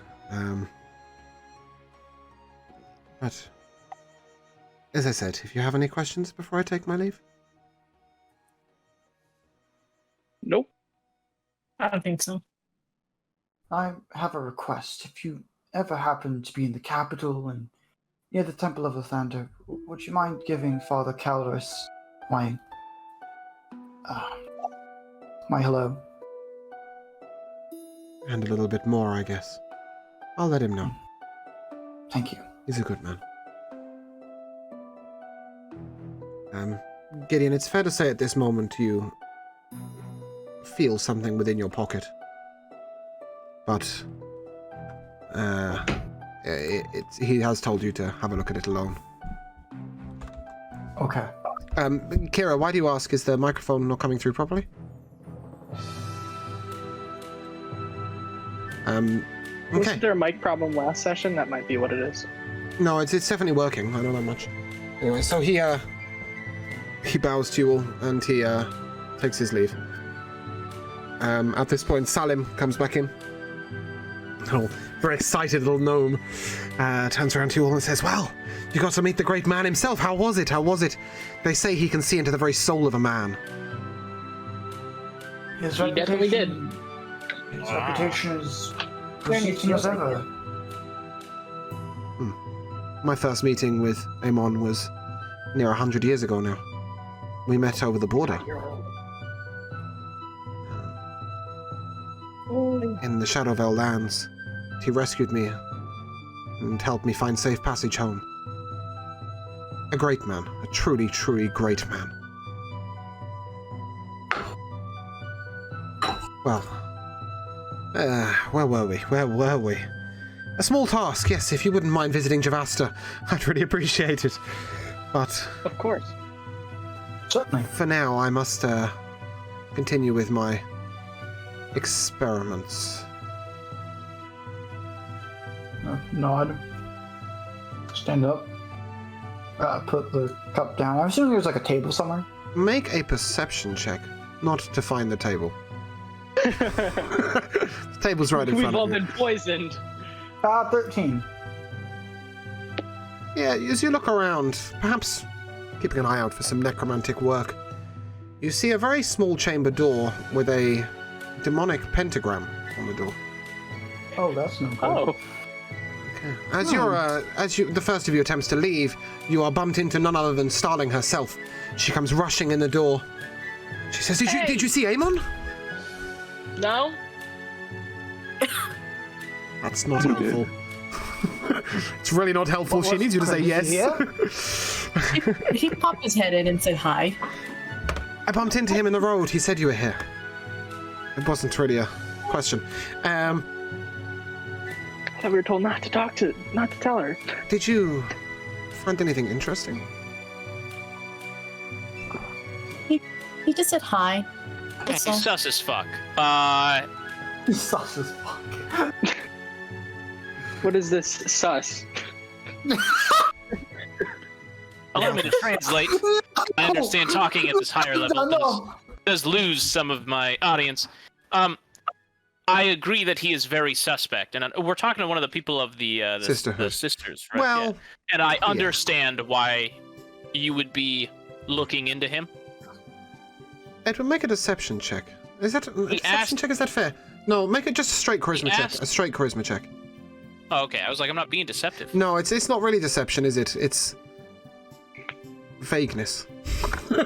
Vagueness. Make a vagueness check. I'm saying exactly what happened. I hadn't finished talking. Okay, sorry. Just make a charisma check you're and then good. carry on. Yeah. No, my charisma is really high, and you'll have to take my word for it. Actually, we can check, so we don't. I know what his charisma is. That was the joke, buddy. Yes. I understand all my roles in public. I Um, too have been using this. okay. And he told us that he would like some privacy from you guys, so to try and kind of keep you off his trail. So if you guys could just act a little less obvious for the next couple weeks, it would earn us some favor. But yeah, I mean, I'd keep investigating. Yeah, I mean, I'm just gonna be honest. Yeah, he might be listening right now. He seems like a good man. Only problem is that's the problem. He's a good man. There's no way to tell. What are you if talking about? He's amazing. Changed, I'll let you in on a if he's- little secret. I don't think the Sisterhood should be pursuing Amon at all. 2 months I followed him and seen nothing but works of great charity, works of strength, works of wonderful magic. And Of course, best man I've ever known. if I'm honest, he has really captured me. I would say we shouldn't give suspicion on the up DL? completely. On the DL, I think she's just telling us in code that he is holding her with blackmail. That's all I'm saying. That's She Yeah. smiles and she captured says, you. "Well, You're too- I can't deny the Sisterhood's mission to have me follow Amon has allowed me to visit some wonderful places and see some wonderful things. So, I'm not too worried about keeping following him. I just wish we came to Vahania more often." At this point, you notice that 2 or 3 of her shirt buttons are undone, or done up no. particularly incorrectly. I guess She looks a that. little I disheveled. figured. Her hair's a little messy. Oh no! See, she's she may have been having Y'all just told me. some time. Yeah, y'all just told me to calm down about Amon, but Amon just bumped into her, and this is, Oh, no. This was quite obviously when she visited Torgar. Torgar? Yeah, I know, that's what I Belgar, was sorry, Belgar. Yeah, her and Belgar go way back. Belgar, Torgar. Yes, and she says to you, I understand you popped into Baron's. I saw him as I walked past. He asked if you could return. Oh yes, But I almost forgot. am I to Yeah. understand that you were meant to investigate Salim? Yes, I actually wanted to bring that up to you. I noticed something in his workshop, and I'm going to tell her about the pentagram on the door. Perhaps I could be of assistance here. None of you are That particularly might be. inclined to the stealthy side, no? I can change it to people, but I don't think I can. I could change it to people with this cloak, but I don't He think saw it right doesn't through work. your cloak. Yeah, I just want. Okay, yeah, I definitely Illusion want will to be mention of that no now. assistance in Salim's home. Exactly. But- That's what I was. There is a chance Somewhat. that I might be able to get a little bit of a view in on this room for you. Perhaps if you head to, where will you be headed after Baron's, do you know? Giant? No, No, blacksmith. let's not. Gavin's- wait, The yeah, blacksmith, Gavin. fantastic. I forgot Perhaps about I can that. meet you at Gavin's? Work with us. Sure. Of Okay. course. I will see whether I can get some investigation done for you. And she sort of steps sideways, and as she steps sideways, she sort of retreats into her own cloak, and even though she stands only 3 or 4 foot from you, and you are looking straight at her, she's very difficult to make out any features. And then she Hold sort on, of go on. Sorry, before she leaves, I'm gonna tell her, if you see a crystal ball, could you grab it? Oh my god. You'd like to acquire a crystal ball? Straight thievery's Yeah, my name, Caleb. sister. I've got this. Oh my She god. winks at you, and off she goes. Guys, we're going into all of our bad habits. Okay. And then you were proceeding to Baron's, is that correct? Yeah, we can go to Baron's first. Cool. This is only a very short walk, maybe 20 foot. So if you'd like to head up to the door. Again, you hear the sounds of hooting and laughter coming from inside. It is elves merely at play inside. Cool. We knock on the door.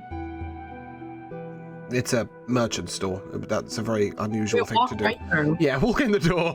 That's a far better I walk idea. up to the Walmart. I knock on the door. Exactly right. So as you enter in, there are wondrous lights and sort of dancing shows of lights going on inside, and the place is an absolute mess. There is clothing all over the place, and this beautiful elf turns back to you, and she Val, she stares you straight in the eye. She says, "Welcome back. It's going down. Is there anything I can do for you?" Oh. Wait, is Wait, this a who wall? were you asking for again? You're looking for Baron with the hides. Okay, is Baron in right now? He is. I don't believe I've had the pleasure of making your acquaintance. Can I take your name, please?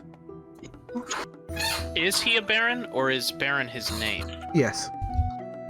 Baron is B-E-R-E-N. It's Yes. not Baron. It's his name. Besides, if anything, I would think it is. I don't speak with an American accent. I've no bear on anyone. Now, Baron the I didn't Baron. even- I didn't even get that one. No, I was asking Baron like the medieval rank of Baron. no. like he owned That's what a I'm lot of saying. land. It's the difference between Oh, okay. Baron and Baron. Baron and Baron. Some of us Oh, English to speak, gotcha. yes. So she Yeah, turns to yeah. Val and she Words are says, hard. my name's Rihanna. I live in the local area. I've done some work with the Magus Arcane. I notice you carry some magic about yourself, sister. Can I take your name? Aos. AIOS. Make a deception check. Oh. Why do I get the distinct feeling this is her mom? Is it just me? 10. She sort of God. nods to herself. Okay. Well, I mainly wanted to make your acquaintance because I hear you are, knowledgeable in the art of blade singing. And there we go. No? I only started recently. It's wonderful. I'm studying myself. It's something I've always wanted to do, but I found it more difficult than perhaps I should have done. My real skill is in enchanting weapons and armor, but I've always wanted to be able to go into battle, and sometimes it just doesn't feel right standing back while the men all stand up there at the front with their armor and their swords, and one day I'd like to stand in battle against a man and show him the true strength of womankind. Regardless, let me get Baron for you. And she sort of looks a bit embarrassed and sheepish, and she wanders off. Baron comes around and he is carrying what appears to be a huge rack, and he sort of brings it over. Really, it's hard work, and he dumps it down in front of you and says, I hate to be the one to ask, but is there any chance you could take these to Gavin? I'm so hard at work, and it's now leather, not hides. It would be my pleasure, Baron. Speaking of leather, it might not be of any use to you, but I made you guys some bracelets of this leather, and my good friend here, Rihanna, has done the kind work of laying a small enchantment upon them. Cool.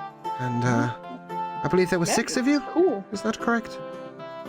Yes. Yeah, there's 6. Wonderful. And she hands you all 6. Awesome. He hands you all 6. Hands Sorry, each he of hands us. he hands you all 6. So each of Each you get 6. have received a small leather bracelet with an enchantment of some sort on that you're not quite aware of yet. And Rihanna whispers in Val's ear and says, don't wear those if you're having a bit of a good time, if you know what I mean. They let you speak to each other's minds. You never want to be interrupted doing that. Oh no. Oh no. She winks and she says, All right, triple And X. if you're in- You're just doing the dirty, and just all of a sudden you start hearing Gideon's voice saying, Val, where are you? We have to go. Where are you? God damn it. He's like, and she winks at Val and she says, and should you ever be in for a good time, sister, you know where to find me. And she leaves you to depart as you wish. I Right? grabbed the bracelet. You grab Oh, the... probably. Leather. Sorry, what was that, Val? carry. I missed that. Are we like giving out the letter bracelet to every person then? Yeah, they got one each. And I'm assuming you're making a swift exit. Yeah. Yeah. Who's keeping the second one? Because we said we had 6. And there's only 5 of It's us. fine. I'll just designate it as his character. For now, you can give the 6th one to Starling. She loves a good chat. Yeah, when they're It's a simple it's a simple bracelet that allows you to cast the bardic version message to each other. Oh, cool. Bardic cantrip What I message. like, as soon as I take it, as soon as I go out, I just put it on because it's just like a new bracelet. Might as well. Okay. So my character knows. Where were you headed next? Gavin's. The Did we blacksmith. do all of the blacksmith needed the axe, I Yeah. think. He No, needed, letter. he No, needed- you need a Blacksmith leather. needs the leather for the axe. Yeah, we need to finish the merry-go-round Okay. of... So to Gavin's. Go Gavin's is round next that way. door, so We Yeah, picked we're up gonna the do leather, right? you are carting I got a large rack of Okay, leather. good. I think Glacius is currently very encumbered. Wait, so do we fine. want to put the leather and the ale just all in the bag? You wouldn't be able to get the We're rack of going leather. next door. It's next door, and you wouldn't. The ale, I've assumed. is in your bag of holding. You won't be able to get the full leather tanning rack. It's the whole Bag of holding. Yes, it's literally like he was holding it sort of arms wide, you know. So yeah, as you come out and you head to next door, you enter into Gavin's, and he's hard at work, sort of anviling away, as is his comrade Kleb. You haven't met yet Kleb yet, but and it's, you know of the town. Word in the town is that they work together. It's, on the front door it says Hammer and Tongs, Gavin and Kleb. Kleb is an orc, and he smiths some fine armor, fine weapons. Sorry, an orc, an actual orc. Interesting. And he sort of turns around and he goes, yeah, Gavin, you're friends. And Gavin looks up at you and says, oh, well, hello there. What can I do for you? I see you've brought the leather from Baron. Fantastic. If you'd just like to pop it in the corner. Certainly. Yeah. He says, I don't suppose you could take this axe to Haugen. I've just finished with it. I know you were asking about it the last time you came. I'll shrug and take it up, say, I'll take it to Hagen. Fantastic. And while you go, a small token of thanks. And he hands you 50 rubles. To split amongst all of us? You got it. 10 each. All right, cool. The Barways. necklace, Collar. Necklace? the collar. The collar? What about the Yeah, collar? for Edward. What about the collar for Edward? What's up to you? This is not where it's Are sold. you gonna get it? This is where it's sold. Yeah. So this is where it's sold. Yeah. I already subtracted the the money and everything. Oh, I okay. thought So we were just we'll gonna- assume that you have spoken to him. He says, well, I've got that collar for you.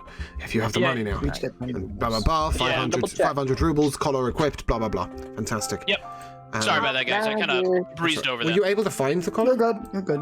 Yeah, I found it, and then I deleted the other one from my inventory. Okay, I don't see So, that, but fantastic. if we split it 5 ways, we 10 each rubles get each. 10 rubles. Okay, yeah. Thought I'd keep it Yeah, nice there's and the simple. collar. The collar of ethereal armor is now in my inventory. Yeah, There's I the see it. collar of- Fantastic. Intrinsic like- armor was broken, yes. It's somebody Yeah, else's so homebrew I- item that I'd accidentally added.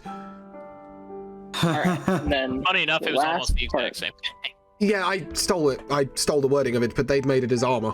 That's where the idea for the item came. Anyway, so he sort of nods to you and, good day to you all.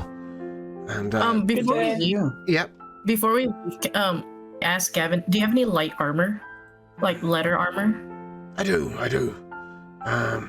What sort of thing were you in the market for? Let's have a look at your spreadsheet and see what's available. just get the same collar. No, that was a one-off. No, I think Yeah, I assumed that was. light armor. So I am a special snowflake. Gavin sells. He says We know. Gavin sells a chain shirt, chain mail, hide, leather, padded plate, ring mail, scale mail. He also sells adamantine scale mail and adamantine plate, studded leather armor, mithril plate, mithril scale mail, elven chain, leather +1, and studded leather +1. Oh. Which one wouldn't give me disadvantage on stealth? Anything Any light. of them? Yeah, Let me pull well- up the player's handbook. Anything light. So your leather or studded probably. I think if you wear anything heavier than light armor, it breaks Exactly. your blade song. Yeah, just I'm trying to figure it out. Yep. So light armor, leather. no light armor causes Leather basically. Nothing will give you a disadvantage. No or medium or studded heavy. leather. Yeah, Yes. studded leather would also help. I'll just take normal leather armor. I don't need any much. Just regular leather armor. Yeah. Oh, there's a 0 missing on those. Sorry. That is 20 rubles, not 2. I've just noticed that these are missing a 0. Yeah, I don't know why that's I happened. was gonna say, Yeah. wow, that's really. Yeah, it's just 20, just 20. So what you just might be as a head- starting to notice is that in Van Harnia, things are perhaps a little cheaper than their market worth. This is a workman's town. This is it's 20, but yeah. Yeah. This is a workman's town, and it is directly frontier to the army. The majority of supplies here are given to the army, and if you don't have a connection with the army, you can't get into the town unless by specific request. So the Sisterhood will have given you all passes to get in. It is a frontier town only, and that is why the prices appear so cheap. might settle down here at some point. Yeah, I've noticed, Glacius. It's both. Yeah. I was in a hurry. I was copying, pasting over from somewhere else, and I just didn't. Yeah. So yeah, Val, you can either have studded leather or regular leather for that price. I don't think there's a particular disadvantage to giving you studded leather instead of regular leather. Strictly. So it's 20 if we're gold going pieces. It's 20 gold pieces either way. Yeah, I just subtracted it already. Yeah, cool. Okay, fantastic. So if you'd like to make your exit. Yeah. Yep. Finish this. Wait, how much should plate armor cost? Yeah, that's what I was just about to bring up. Plate armor for anybody who has heavy proficiency is always a good bet. I think you all have. I already have plate armor. It's nice. I to do use, not. so.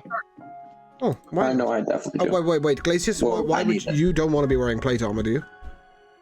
I do not, but I also don't have proficiency in You don't want heavy to be armor. wearing armor, period, I don't believe. Yeah, you're a Yeah, barbarian. you just, Yeah, I think you're Yeah, going to get I yourself a have armor. large disadvantage there. Doctor, did you already have your armor equipped? You can use shields though as a barbarian. I have chain. I wanted to change it for plate. Yeah, of course, 25 rubles. Only 25 for plate armor? Mm-hmm. You've got to bear in mind that it's a workman's town. they churn That is fair. out thousands of sets of these for the soldiers down at the front line. That is fair. Wow. So, yeah. It's just I'm kind of used to the D&D where it's like over like 1,000 or something. Uh-huh. It's 1500 base. Yeah.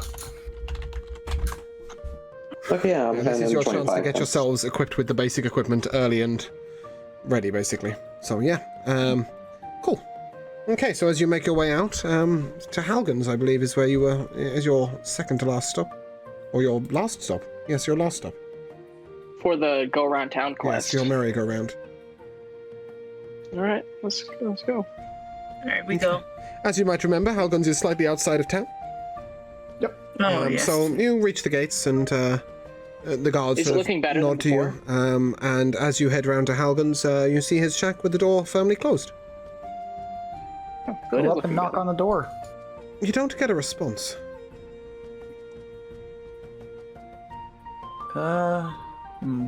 He's probably out. Perhaps. Or arrested again. I highly doubt that. Can I try the door? You open the door. Roll initiative. Wait, really? What? I like You to are think confronted by a strange-looking beast that you've never seen the likes of before. 4 arms. It stands before you, purple in color, with one bulbous central eye. Oh, what the? It has deep sort of fangs coming from its face, and a maw that's too large for its jaw. so if he was a barbarian with a two-handed weapon, he could use a shield. He could definitely use many shields. All right. Can I roll? Initiative, right? That's a 16. Okay, bear with me. Bear with me. can Don't I- give them to me right now. Let me take Glacius' initiative, please. I got 13. 13. Gideon, you said 15? 16. 16, sorry. Edward? You're good. 12. Okay. Okay. I was figuring out how to read the chat thing. Val? 23. 23? Yeah, I Five rolled- dex. I'm assuming. Was that a crit? Well, No, I rolled 19. 19, okay. And Doctor? 13. 13? Yes. Okay.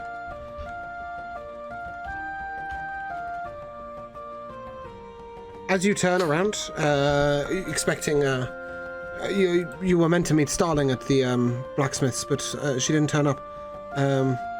So Uh-oh. she seems to We'll have be fine. vanished. But she'll make She's her stealing appearance a when necessary. crystal ball. Okay. And And we begin with Val. You are approximately all 8 foot away from the enemy, and it is in a small room. Beneath its feet lies Hagen, bloodied, wounded, and lying close to death. oh no. God. Okay, bonus action, blade song. Okay. And then I use my, and then action Shadow Blade, and then Yep. end my turn. 'cause I Okay. can't do it. That's fine. That takes us to Gideon. 1 second. One. Do we have battle music? Yes. Is it not playing?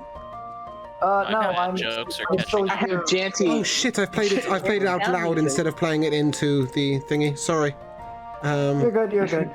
Yes. I don't Janty know. Bonus sounds action, spiritual weapon. Okay. Sorry. Let me just get this pasted in. Wait, oh, hello. Can we have what I'm looking for, please? I'm gonna pull up the live stream, but it's playing the ad real quick. So Yeah, that's fine. I've just changed it to That's here. why you get on it before it starts. It's not your standard battle music, but it'll do. then you miss the Taco Bell commercial. So checkmate. Why would you want to know about Taco Bell? Well, we can talk about that later. I hate you. There we go.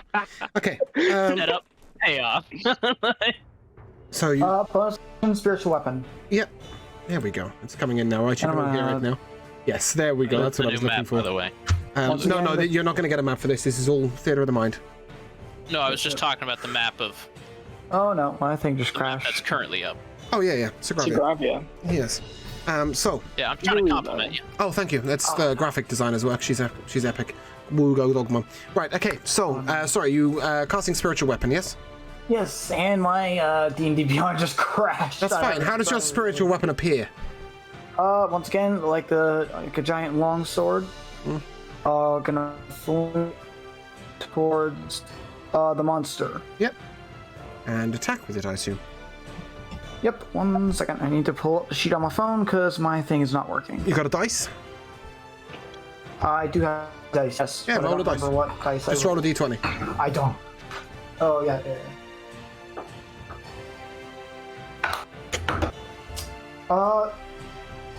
I'm gonna take. I can take a picture if you want, but 17. 17. Fantastic. That hits. And then roll me a d8, please. I'm reading your character sheet. Oh, I see. Okay. A D8, you said? Yep. 7. 7. Okay. That's 11 damage overall. It strikes down at the monster's neck, and a huge gash appears, and it appears enraged. It charges straight at you. Does that end your turn? That was my action. Bonus action. It's my. I can use my bonus action to summon an action to You've attack. used your correct? bonus action to attack with spiritual weapon. Oh, I see. Okay. I don't know what else you I'm could going possibly want to to- do apart from run. Take the dodge action. No, you have already actioned by casting spiritual weapon. Oh, okay. Yeah, no, Spiritual no. weapon is a bonus action to cast, isn't it? No, But I he still believe has to spiritual attack weapon with it. is sort of we've allowed you to both cast and attack with it, so that takes up an action and a bonus action. Your Got future it, turns will okay. allow you to move it and attack with it as your bonus action. Yep. Okay. Yep. Yeah. No. Yeah. No. I'm Sure, running. that's a homebrew thing. I'm like. Well, yeah, I'm not sure how spiritual weapon works in general, but I don't think rules as written you can cast it and attack with it on the same turn. No, you can't. I haven't. Yeah, so we've effectively let him use 2 bonus actions as 1 action. The idea being that a bonus action tends to be shorter than an action, right? So if you use a... I've got the spell right here. As a bonus action, you cast and you can make a melee spell attack against a creature within 5 feet of Really? the weapon. And then on a hit, the target takes a d8. As a bonus action on your turn, you can move the weapon up to 20 feet and repeat the attack against a creature. Yeah, okay, fine. You can still take an action. Go ahead. Oh, okay. You just can't cast a I would spell, like- I guess. Yeah. No. I'm taking the dodge action Okay. Why? because I don't want to get hit by this thing. Okay. You have more Valid AC point. than That is a anyone valid. else. So he runs at you and he swings with disadvantage. Yep. Trying to hit a 20 AC. God damn. I You're know, weak. Plate Right. armor. Although- oh, perfect. I do have the most health. Like, I almost have double Yes. everyone's health. Gideon, he runs at you and he swings and he smashes down upon the side of your head. Oh shit. As this hit arrives, a strange golden light appears from your pocket. And the attack is deflected. Oh, There's a little yeah, sunshine in his pocket. what? He's got a pocket full of sunshine. I can't take time to ponder it, so yeah, no. He then turns to Glacius, who is nearby, and he makes a second swing. Bring it. And that is hitting. You take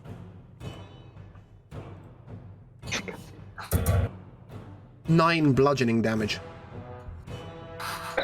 Is that all you got? Okay. And that leads us to Glacius himself. Can I try to get like a read to see if this is like an animal that's been magically enhanced, or if this is just like a beast in general? Make a nature check for me. Here, like, does this thing with 4 arms and a giant beady head, is that a normal animal, or... Make a nature check for me. For D&D, maybe. Yeah, no, I know, I'm teasing, right? But we never know what's going on. I I got a 5. You got a 5? For our reality, it's humanness. You ain't got a fucking clue. You can't work out what language it speaks. You don't know where it's from. You don't know what it is. You don't know why it's here. So it does speak a language. It's fair to say that about the only thing your nature check has achieved you is that it breathes. Awesome. I get really pissed off about that, and I Rage. You want to make sure it doesn't breathe. And then I'm just gonna attack with my greatsword. Okay. Great axe. Roll for damage. No, roll for hit, sorry. Okay, I was about to say 23. That hits. Alright. Fuck yeah, that is 18. Ooh, spicy. Your axe comes down and cleaves it neck to hip. The monster falls apart and crumbles to the ground. Oh, fuck. A voice I got too appears angry. from behind you. Well, that's a problem. Oh no. You're like, well, bummer. Every one of you make a God dexterity dang it. saving throw, please. Dexterity? Saving throw? Saving throw. Oh You yeah, guys. I have advantage. You guys so perfectly stacked that. Val was like dexterity, and then I think it was Glossius. Saving throw? Saving throw? Oh, that's a 3. I'm gonna make this really simple. got Did anybody 11. roll over an 18? I No. rolled I an rolled 18. exactly Does that 18. count? Glacius, what did you get?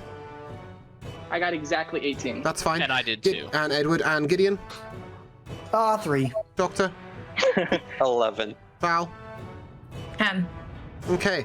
Val, Doctor, Gideon, you take 18 points of fire damage. Edward and Glacius, you take 9. Behind you Ooh, stands spicy. a mage in dark blue long robes. He has his hand held up in a casting mechanism, but his face is completely obscured. Oh, damn. Okay. Healing's needed. I can already heal the party. You're saying, the healer. I need healing. Doctor. You're the That brings healer. us to What are you. you talking I about? know. Yeah, I'm gonna swing at this guy. Swing away. Roll to hit. Mr. Pepper's coming in for some surgery. Mr. Pepper. Oh no. Does a 17 hit? No. You swing. Oh, but- Oh, You swing, but he appears magically obscured in some way. You do not Does a hit. 17 hit? No. Fuck. gee. Does that conclude your turn? No, that Yeah. was- Wait, so there's a monster in front of us and a dude No, the behind monster's it? No, dead I- as fuck. Monster's dead. Oh. Leave that Okay. motherfucker in 2. Edward, that brings us to you. Yeah, so we're standing at the entrance of a building. You are in the doorway. There's a man unconscious in the back. Is that Hagen? Hagen's unconscious on the floor. It's fair to say you're not sure if he's unconscious or dead. Okay, and then behind good. me is One Dickhead. very, very Edgy small, wizard. slight wizard in dark blue robes. definitely Amon. And I Really, I'm on. Clearly I'm on. just He wanted to just say said, I don't think is it's like you, buddy. Leave him alone. How far am I from not Amon? 6 foot. 6 foot. So you can fit like an average person between. Anyway, I'm glad that he's taking social distancing seriously, and he's got his mask on. I respect that. You just decide not to respectfully- fight him. Gonna get the fuck away from here though. yeah. And we're just in like there's just a street, right? No, you're outside the town. This is just grassland. I'm imagining it's kind of like Hagrid's hut, Gotcha. is what I'm kind of imagining. Gotcha. He's not I'm gonna Hagrid. I know he's not Hagrid, but I'm imagining his house kind of Yeah. reminds me a bit of like Hagrid's hut, out of the way. He's not Hagrid, and right now we're fighting not Amon. I am going to look towards the town, and as my bonus action, I don't know why my voice squeaked there, but as my bonus action, I am going to Misty Step 500 feet, or not 500 feet, 30 feet that way. 500 feet. Sorry, tall that's for- Dimension Door. That's not Misty Yeah. Step. But yeah, that's my Dimension Door. bonus action. And then I was double checking, make sure it was 30 feet. Yeah, and then as my action, no, I mean I probably shouldn't run away. You guys got this, huh? Oh, go get him. It's kind of what I was thinking, and I was God, just gonna be like, all right, you guys can deal with this your way. I'm gonna cast Toll the Dead, so he needs to make a Wisdom save.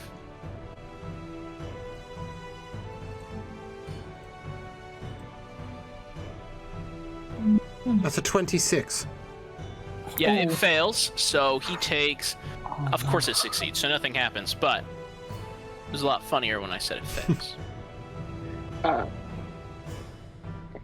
Hey, James. Yep. So I forgot to mention this, but I'm Path of the Totem Warrior, and I took Bear, so I'm resistant to everything except mind attacks. That's fine. So would I only take 4 damage from Yes. that fire correct. then? Correct. Okay. I believe you were Double also check. raging. Yeah, that's why I. Yeah. Wait, was it only 8 damage or It was 18? 9. Well, 18 for you failed, so you took 18.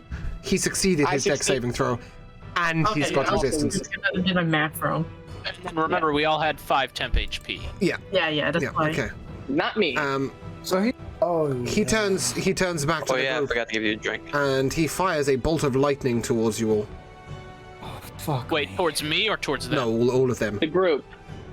Oh, okay. Well, because I was 30 feet in the other on the opposite side of him, so I figured Dodge action's still. one or the other The thing. dodge action's still up, right? Sure. Yeah, it wouldn't have gone away. So you have advantage on God. dexterity saves. Make a dex save. Wait. Oh. All of you, apart from Edward. Can I just do reaction and put up shield? Shield doesn't help with saves; it helps with attacks. Yeah, you need to make a dex saving Yeah. throw. Armor class that's not a helping. nat 1 plus 1, so 2 tech. Did anybody Well, no, roll an 18? damn. Did anybody roll an 18 or above? I think one did. Val did. Yeah? I Yeah. got. Okay, Val, you take 10 damage. Everybody else, you take 20. Oh, Glacius, no. half that. Wait, 20. Guys, I'm the no. person with the least amount of HP here, okay? Guys, I know I said I I'm- wasn't gonna run away, but I'm kind of kidding. changing my mind. Get back here, wizard boy. Get back to your wizard, bitch. Hey, Get back I'm here, gonna be the- small man. At this I'm gonna moment, be the wizard that survives. At this All right, moment, the only one who doesn't Starling- have to make a new character. Starling leaps down from the top of Halgan's hut. Dagger either side in her hand, and she goes to thrust them into his neck. Does she have a crystal ball on her? And as her daggers connect with his neck, they break. Oh, fuck He me. stands still. He turns Yeah, back to so- you all. And coming from the gate, you see Salim and a few guards, Amon sprinting towards you all. See, not Amon. He leans round to you. He bows. He says, Baylor Whisperdown, pleasure to meet you. And he It's the walks, guy- I knew it was. he walks through a door, a blue He door, didn't.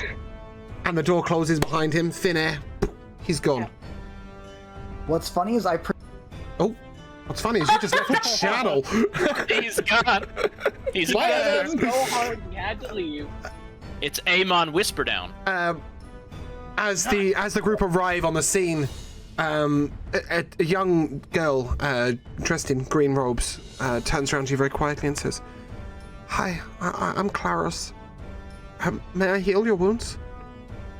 Heal Hagen first. please do. But She tend lays to her hate him first. she lays her hand on each of you one by one. Hagen is currently being attended to by Amon and Salim. Good. Just wanted to And each of you is healed for 20 points of HP. Oh, thank God. Oh, that's max.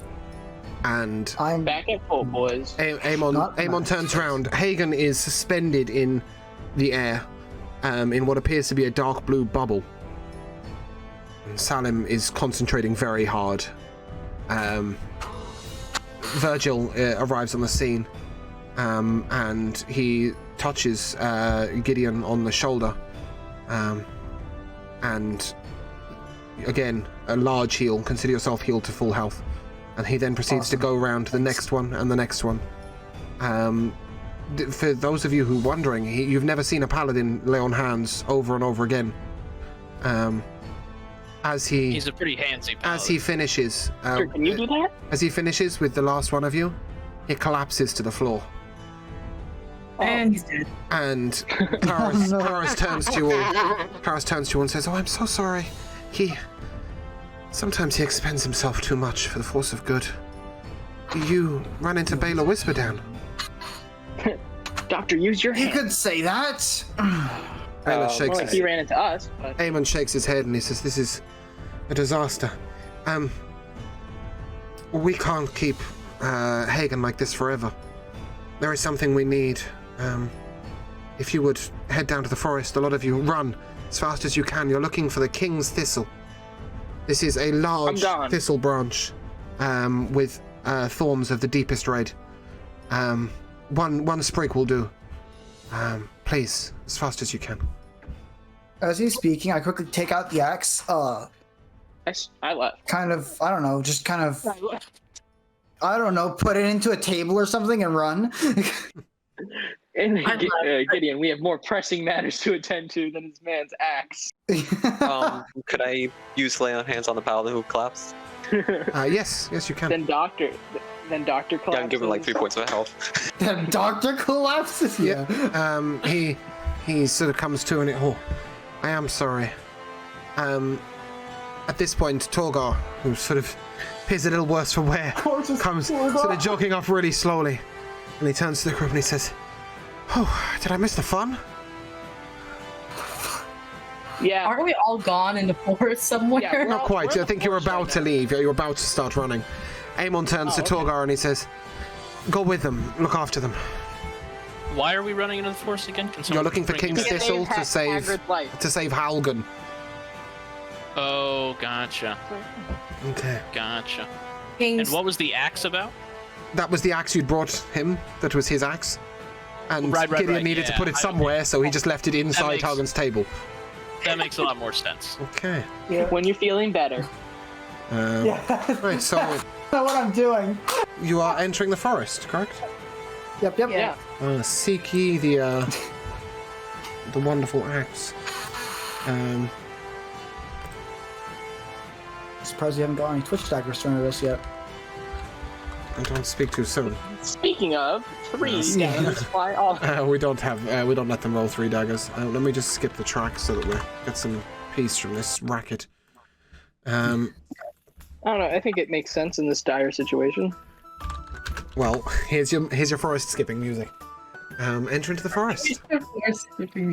As you get to the edge of the forest, you notice it's dark with undergrowth. There's plants everywhere, but at the moment you don't see a King's Thistle anywhere. Can I roll a nature check to find it? You can roll a nature check to know what you're looking for, but you already know what you're looking for, so it's safe to say searching. Investigation. How do you guys wish to proceed? Are you entering all at once? You headed down the path? Are you headed into the thickness of the forest? As we enter the forest area, I'm going to suggest we all split up to cover more ground. Put on your bracelets first. Oh yeah, That way we I already have mine on. Torgar turns to you all and says, "You are aware there's a giant in the area, yes?" Okay, I'm gonna stealth my way around. Like literally, you're aware there's a giant in the area. I'm going to stealth. Like that was beautiful. Val's like, I'm done. I'm out of here. Make a stealth check for me, please.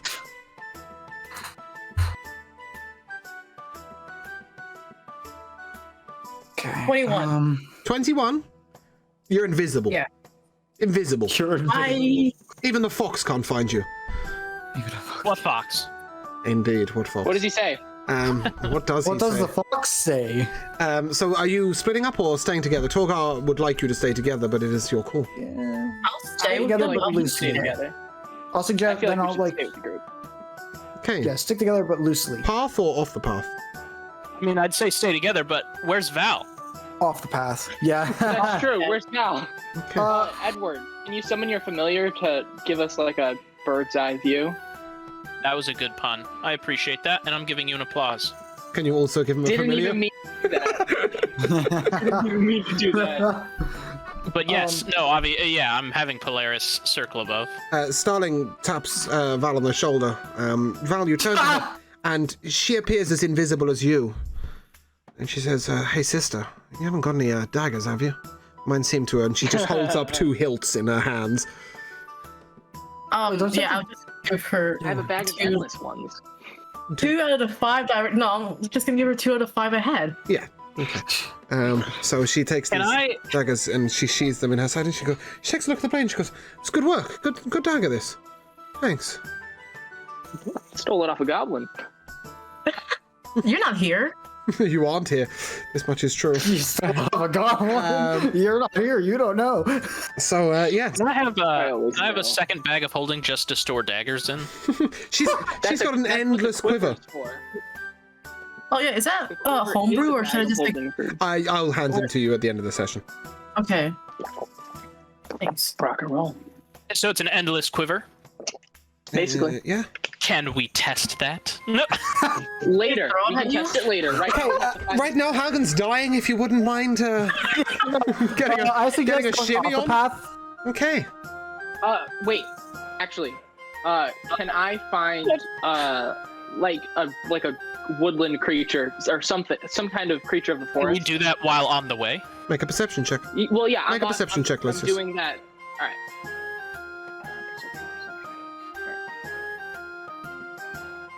11. 11.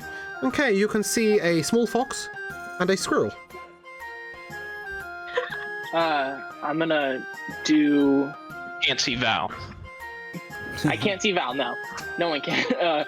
I'm gonna use my speak with animals, and I'm gonna go up to the fox, like try and be like, "Do you know where the king's the king's plant is? King's It's called thistle. the end. The king's thistle is."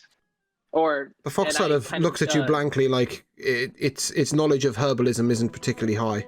I suggest kind of describing it. That's what I was about to do before the fox kind of was like, "What the fuck are you saying?" I describe the look of it. How do I respond? Do animals speak like humans? Does this fox bow deeply and say, "Why, of course, good sir," or does it just sort of fuck off, looking for it? I mean, I don't know. It depends. Is it Firefox? Did it get its last update? No, it's with it, but it's yeah. I mean, it's just a fox, right? It darts in a random Foxes direction. know what herbs not to eat, though, right? It darts in a random direction. You can still see it. Perhaps you wish to follow it. Perhaps you don't. I'll follow it because Okay. Are you it all? knows this Are forest you all better than following we do. Glacius? Yep. I kind of relayed to the group what my plan was, so that it doesn't seem like I'm just running off into the forest. As I'm following him, I also want to try and keep an eye out on the ground to see if I can try and find any of it just laying around. Okay. You would be aware enough to know that the king's thistle is a fairly unusual plant, but it grows in the thickness of the undergrowth. That's why I'm looking in the undergrowth. As the party proceeds, the fox sort of dashes ahead, and you wander ahead, and you get further and further into the forest.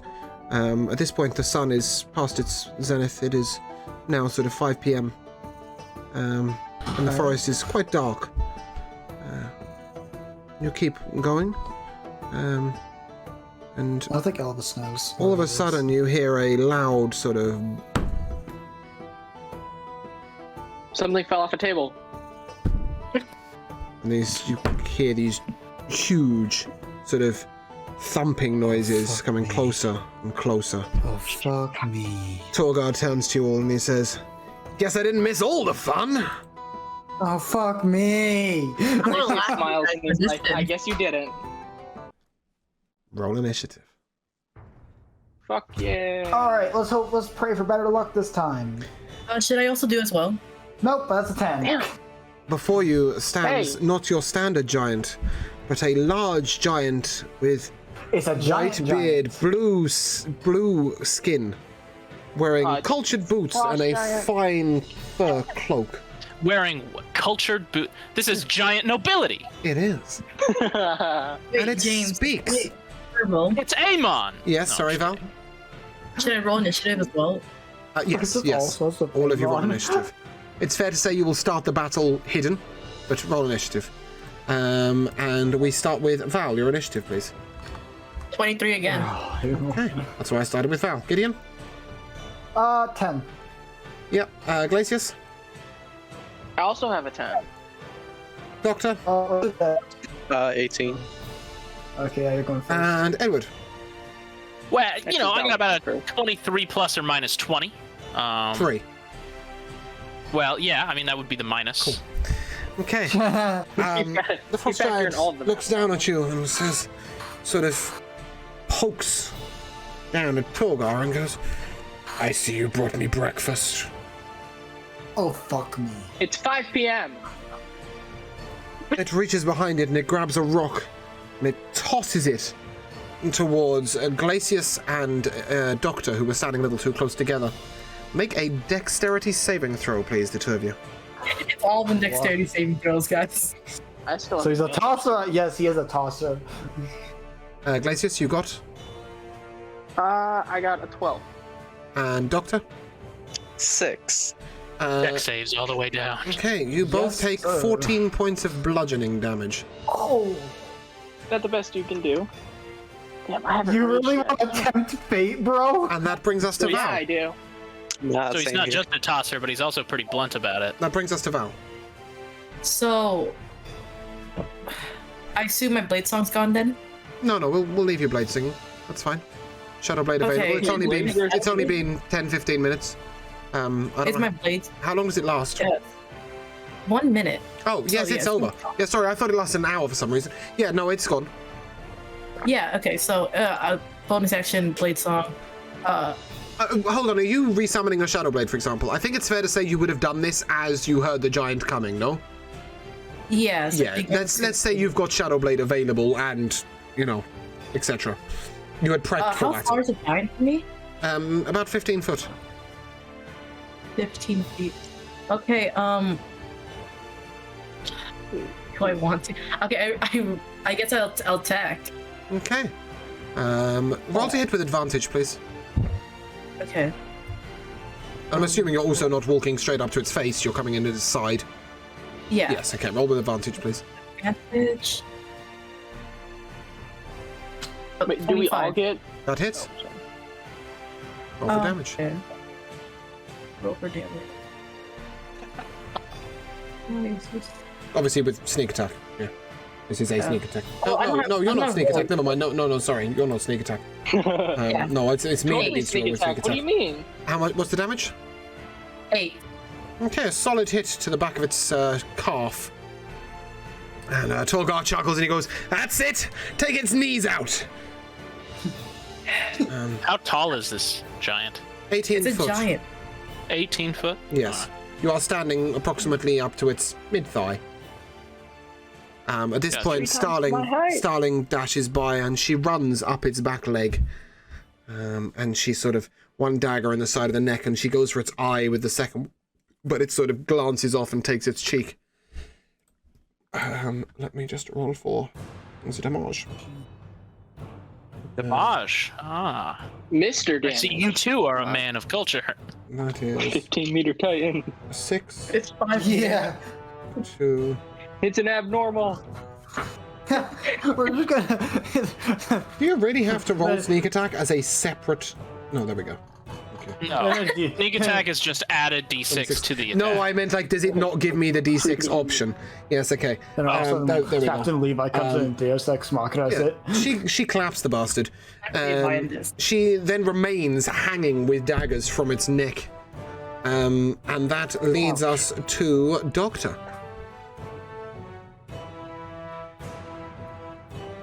Doctor's a simple man. Going to use my flail. Good decision. Punch it harder. Flail away.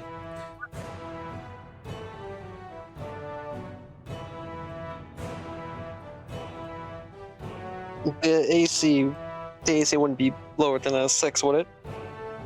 How could you possibly roll a 6? You rolled an at 1. That is a disaster. Oh no! No, it doesn't. It's not got a huge amount of armor, but it ain't got that. No, you It's miss. not the wolves from last time.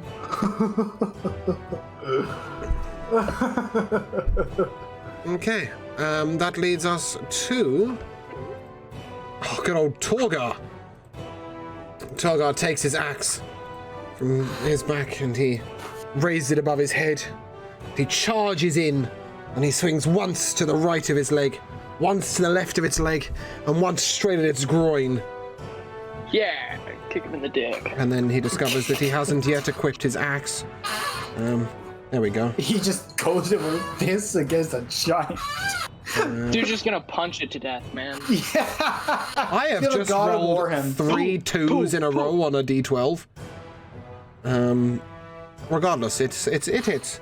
The first one gashes the side of its knee. The second one, its knee sort of knocks forward a little bit, and the giant falls to one knee. Starling remains gripping on the top, and then the final hit goes right in the center of its groin, and it grabs its crotch. Ouch. They took an arrow to the knee. It belches. It I belches. used to be an adventurer like you until I took an arrow to the knee.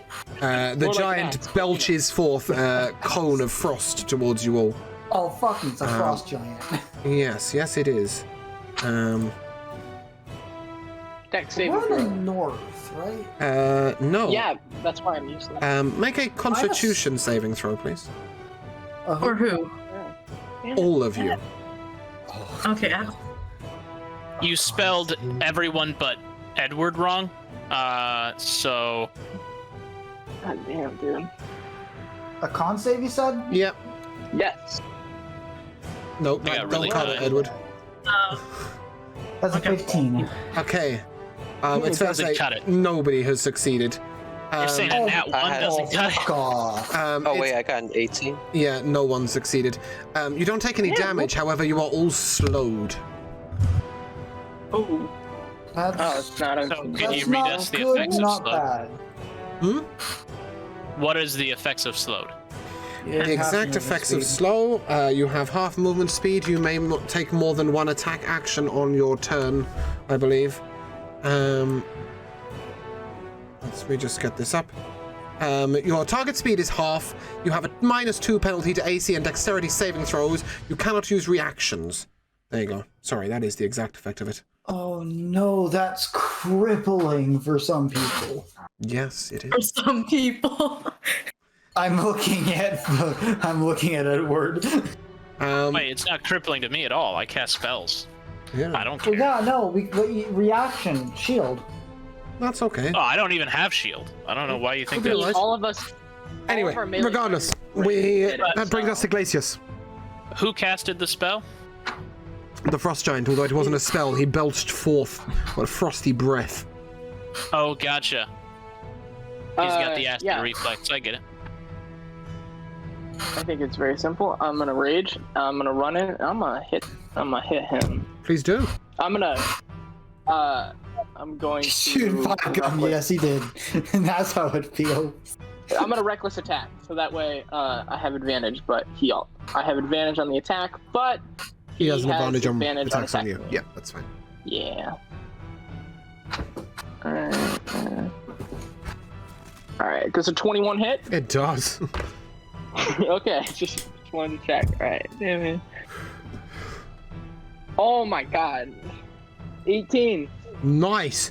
You swing into its rib cage as it's fallen down, so you know it's now on one knee and it's leaning over, and you leave a large gash in its right side of its ribs. A strong hit, Take that. Torgar. Ha ha! Good job, lad. Yeah. Alright, yeah, that's all I got. Okay. And that leads us Unless to I can Gideon. breathe on it. Okay. Being another can I one of the just take bonus frosty action variety after? Glacius, I would assume that it doesn't mind cold damage. Can you do what? Yeah. Gideon? Can I still take actions and bonus actions? Sure. Okay, just want to make sure. Yes. Summon spirit weapon and make an attack against him. Okay, we're going to use that as just your bonus action, so yeah. I've been informed that rules as written class it that way. Yep, so roll to hit.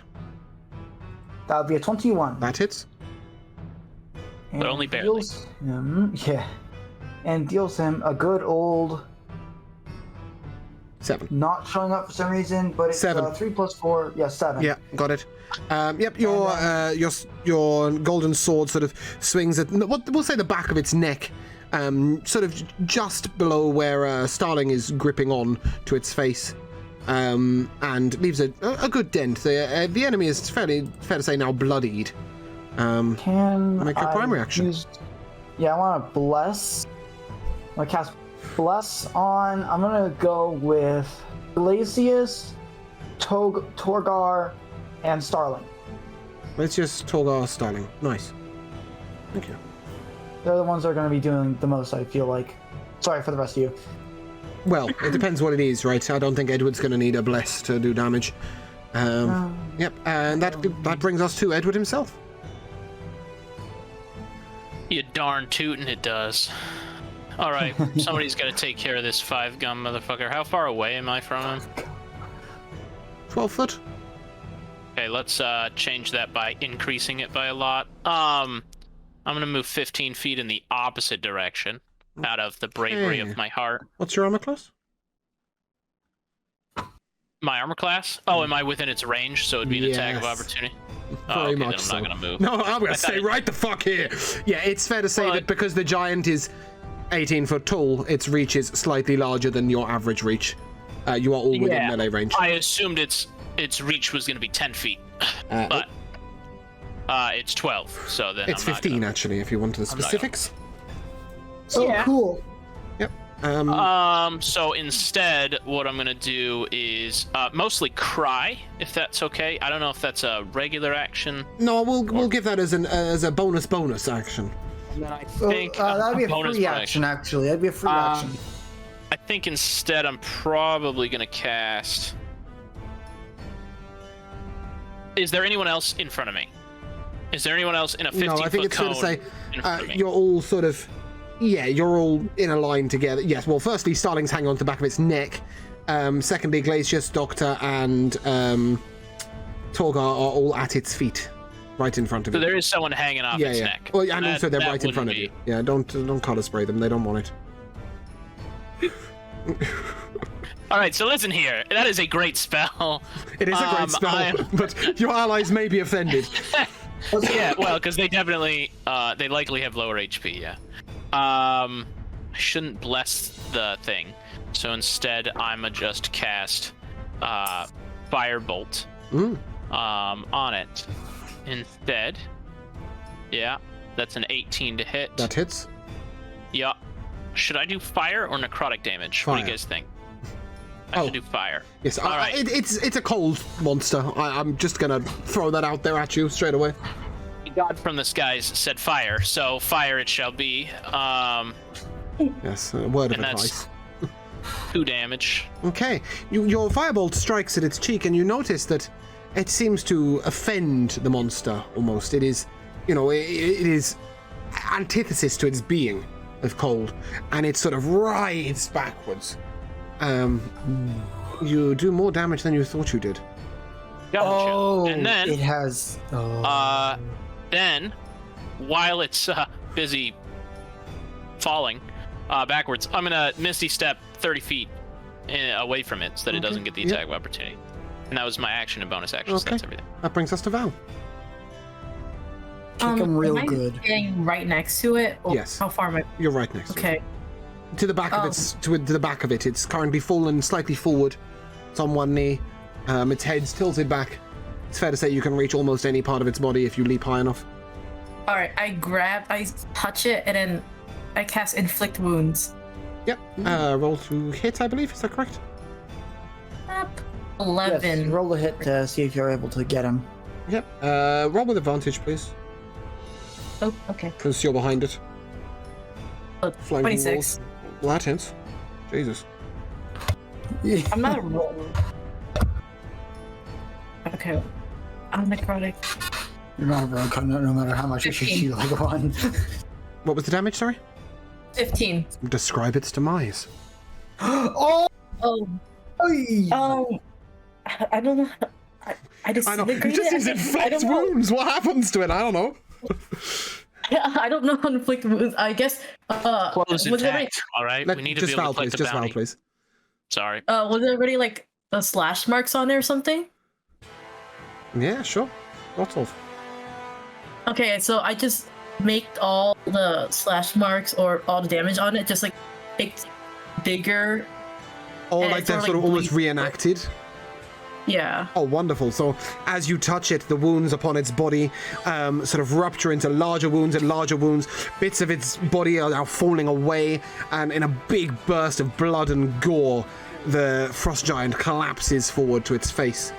Torgar immediately stands up and begins chopping at its head. He picks it up, the head, which is sort of taller than him, and he hands it to Glacius. And he says, your reward? I believe the tavern's looking for this prick. As this is all happening, I put my hands together, and the spiritual weapon dissipates, and I say, "May Lathander bring you peace." Come on, we need to go keep looking. Is there any loot on it? Aha! She asks. You find a strange-looking club made of Hang on, wood guys, and I'll be back. bone. Hunters here. It looks like a very basic weapon. And a small pouch.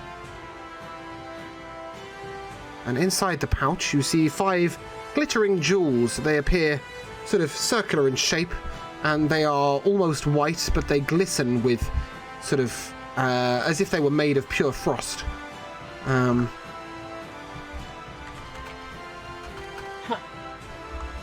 I hand over the jewels to Edward so that he could identify them. I've just told you they are a frost agate. It's 50, you would know what these are. They are 50 rubles each, will, and there are 5. out of the charity of his heart, keep them. No, I take them back. I think it's fair to say you just take 1 each. Yeah, Alright. there's 5 of you. Oh. This makes life easier. Yeah, I just pass it out to everyone. 1 each. And Starling has crawled down and is sort of reaching under his body. And she turns to Doctor and to Glacius and says, "Some help here?" You can see she's trying to lift its body ever so slightly. Glacius and Doctor, would you make a strength check for me, please?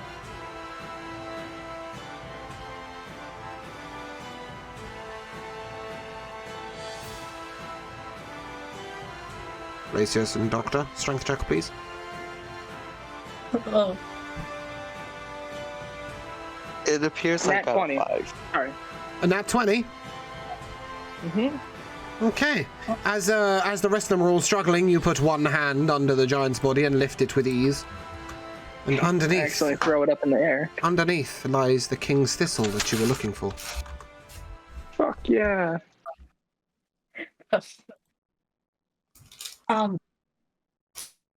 I grab a knife and I sort of like hack at it and just grab them. Yep.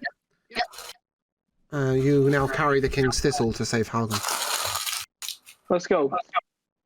Yeah, we dash back. Okay. You arrive at the scene of Halgan's hut, and it has been cleared up a little bit, and the gore is gone from the floor. A fire is crackling in the hearth. And what the fuck has happened to the music? It died like the giant. There we go. And yes, in the center of the room, floating in a bubble, is Halgan. Aemon turns to you all, and he looks at Glacius carrying the head of a frost giant, and giggles and says, "Well, I see you've had your adventures. Did you find the thistle? Yes. Please, I hand it over if you to would." Who has it? He puts it in Whoever a has small it. pot, and Clarus, the small young cleric, begins to sort of grind it down into its juices, and she pours it into the bottle that Aemon is holding. And the bubble releases from Hagen, and he sort of slowly is lowered to his back, and Clarus pours the liquid down his throat. Within moments, he coughs and resuscitates, and he comes to. He looks around. Why, thank you. Who's responsible for my... Wow. I'm alive. Never thought I'd see the light of day again. Amon gestures towards the 5 of you and says, "You've got these people to thank for your fortuitous circumstances."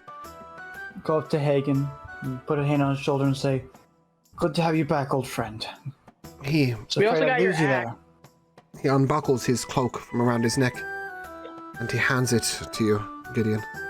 And he says, "Please, this has served me for many years, but it didn't serve me this time, but you did. Thank you so much. And is that my axe I spy in my table?" Yes, indeed. Why, thank you. That's a good storage place for it. That's a cloak of protection. Oh, well, Damn. awesome. Can I wear 2 You wear cloaks at 2 once? Sorry? Can I wear 2 cloaks at once? No. Are you sure about that? Yes. Well, you can bag of holding it for now. At this point, it is. I was just gonna give it to Edward. At this point, it is 8:30, 9 o'clock in the evening.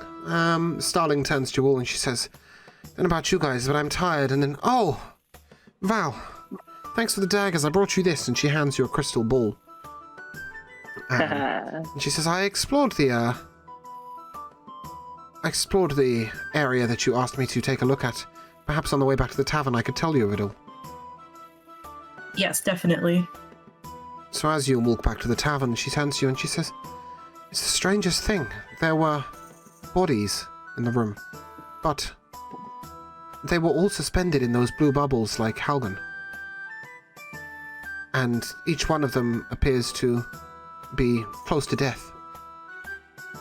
I think perhaps we got the wrong idea. He doesn't appear to be casting necromancy, but some kind of strange time stopping.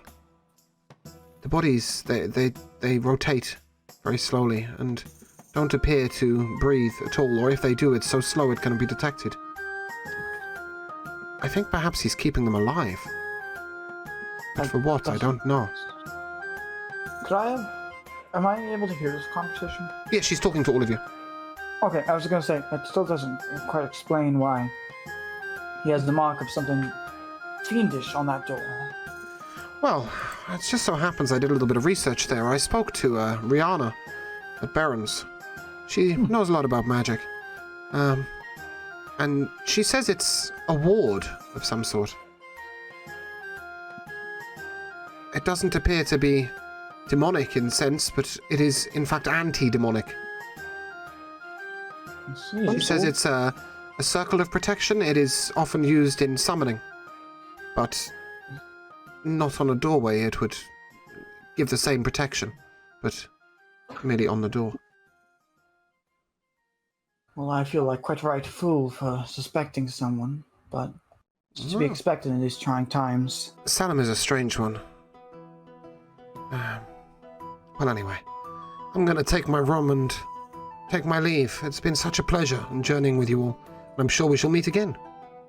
But in the I meantime, certainly hope so, Starling. have a fabulous evening. Want to find me? I'll find you. Hang on, She winks, 1 second. flicks her hair, Oh. and off she walks. Did we give her the bracelet? No. No, we'll just keep it. Just keep it. Yes, Okay, she okay. appeared uninterested in the idea of communicating with you. And as you take your long rest in your tavern, well deserved, what should happen but a we ding? die. Congratulations, you will level up. Awesome. Really quickly, could I have possibly gone off somewhere, like maybe to like claiming business, or like saying I need to take care of something, split off in the party? I was and about to gone say, somewhere as you private return to your and- yeah. rooms, you find that you've all been given separate rooms now, upgraded in Oh, the nice. tavern.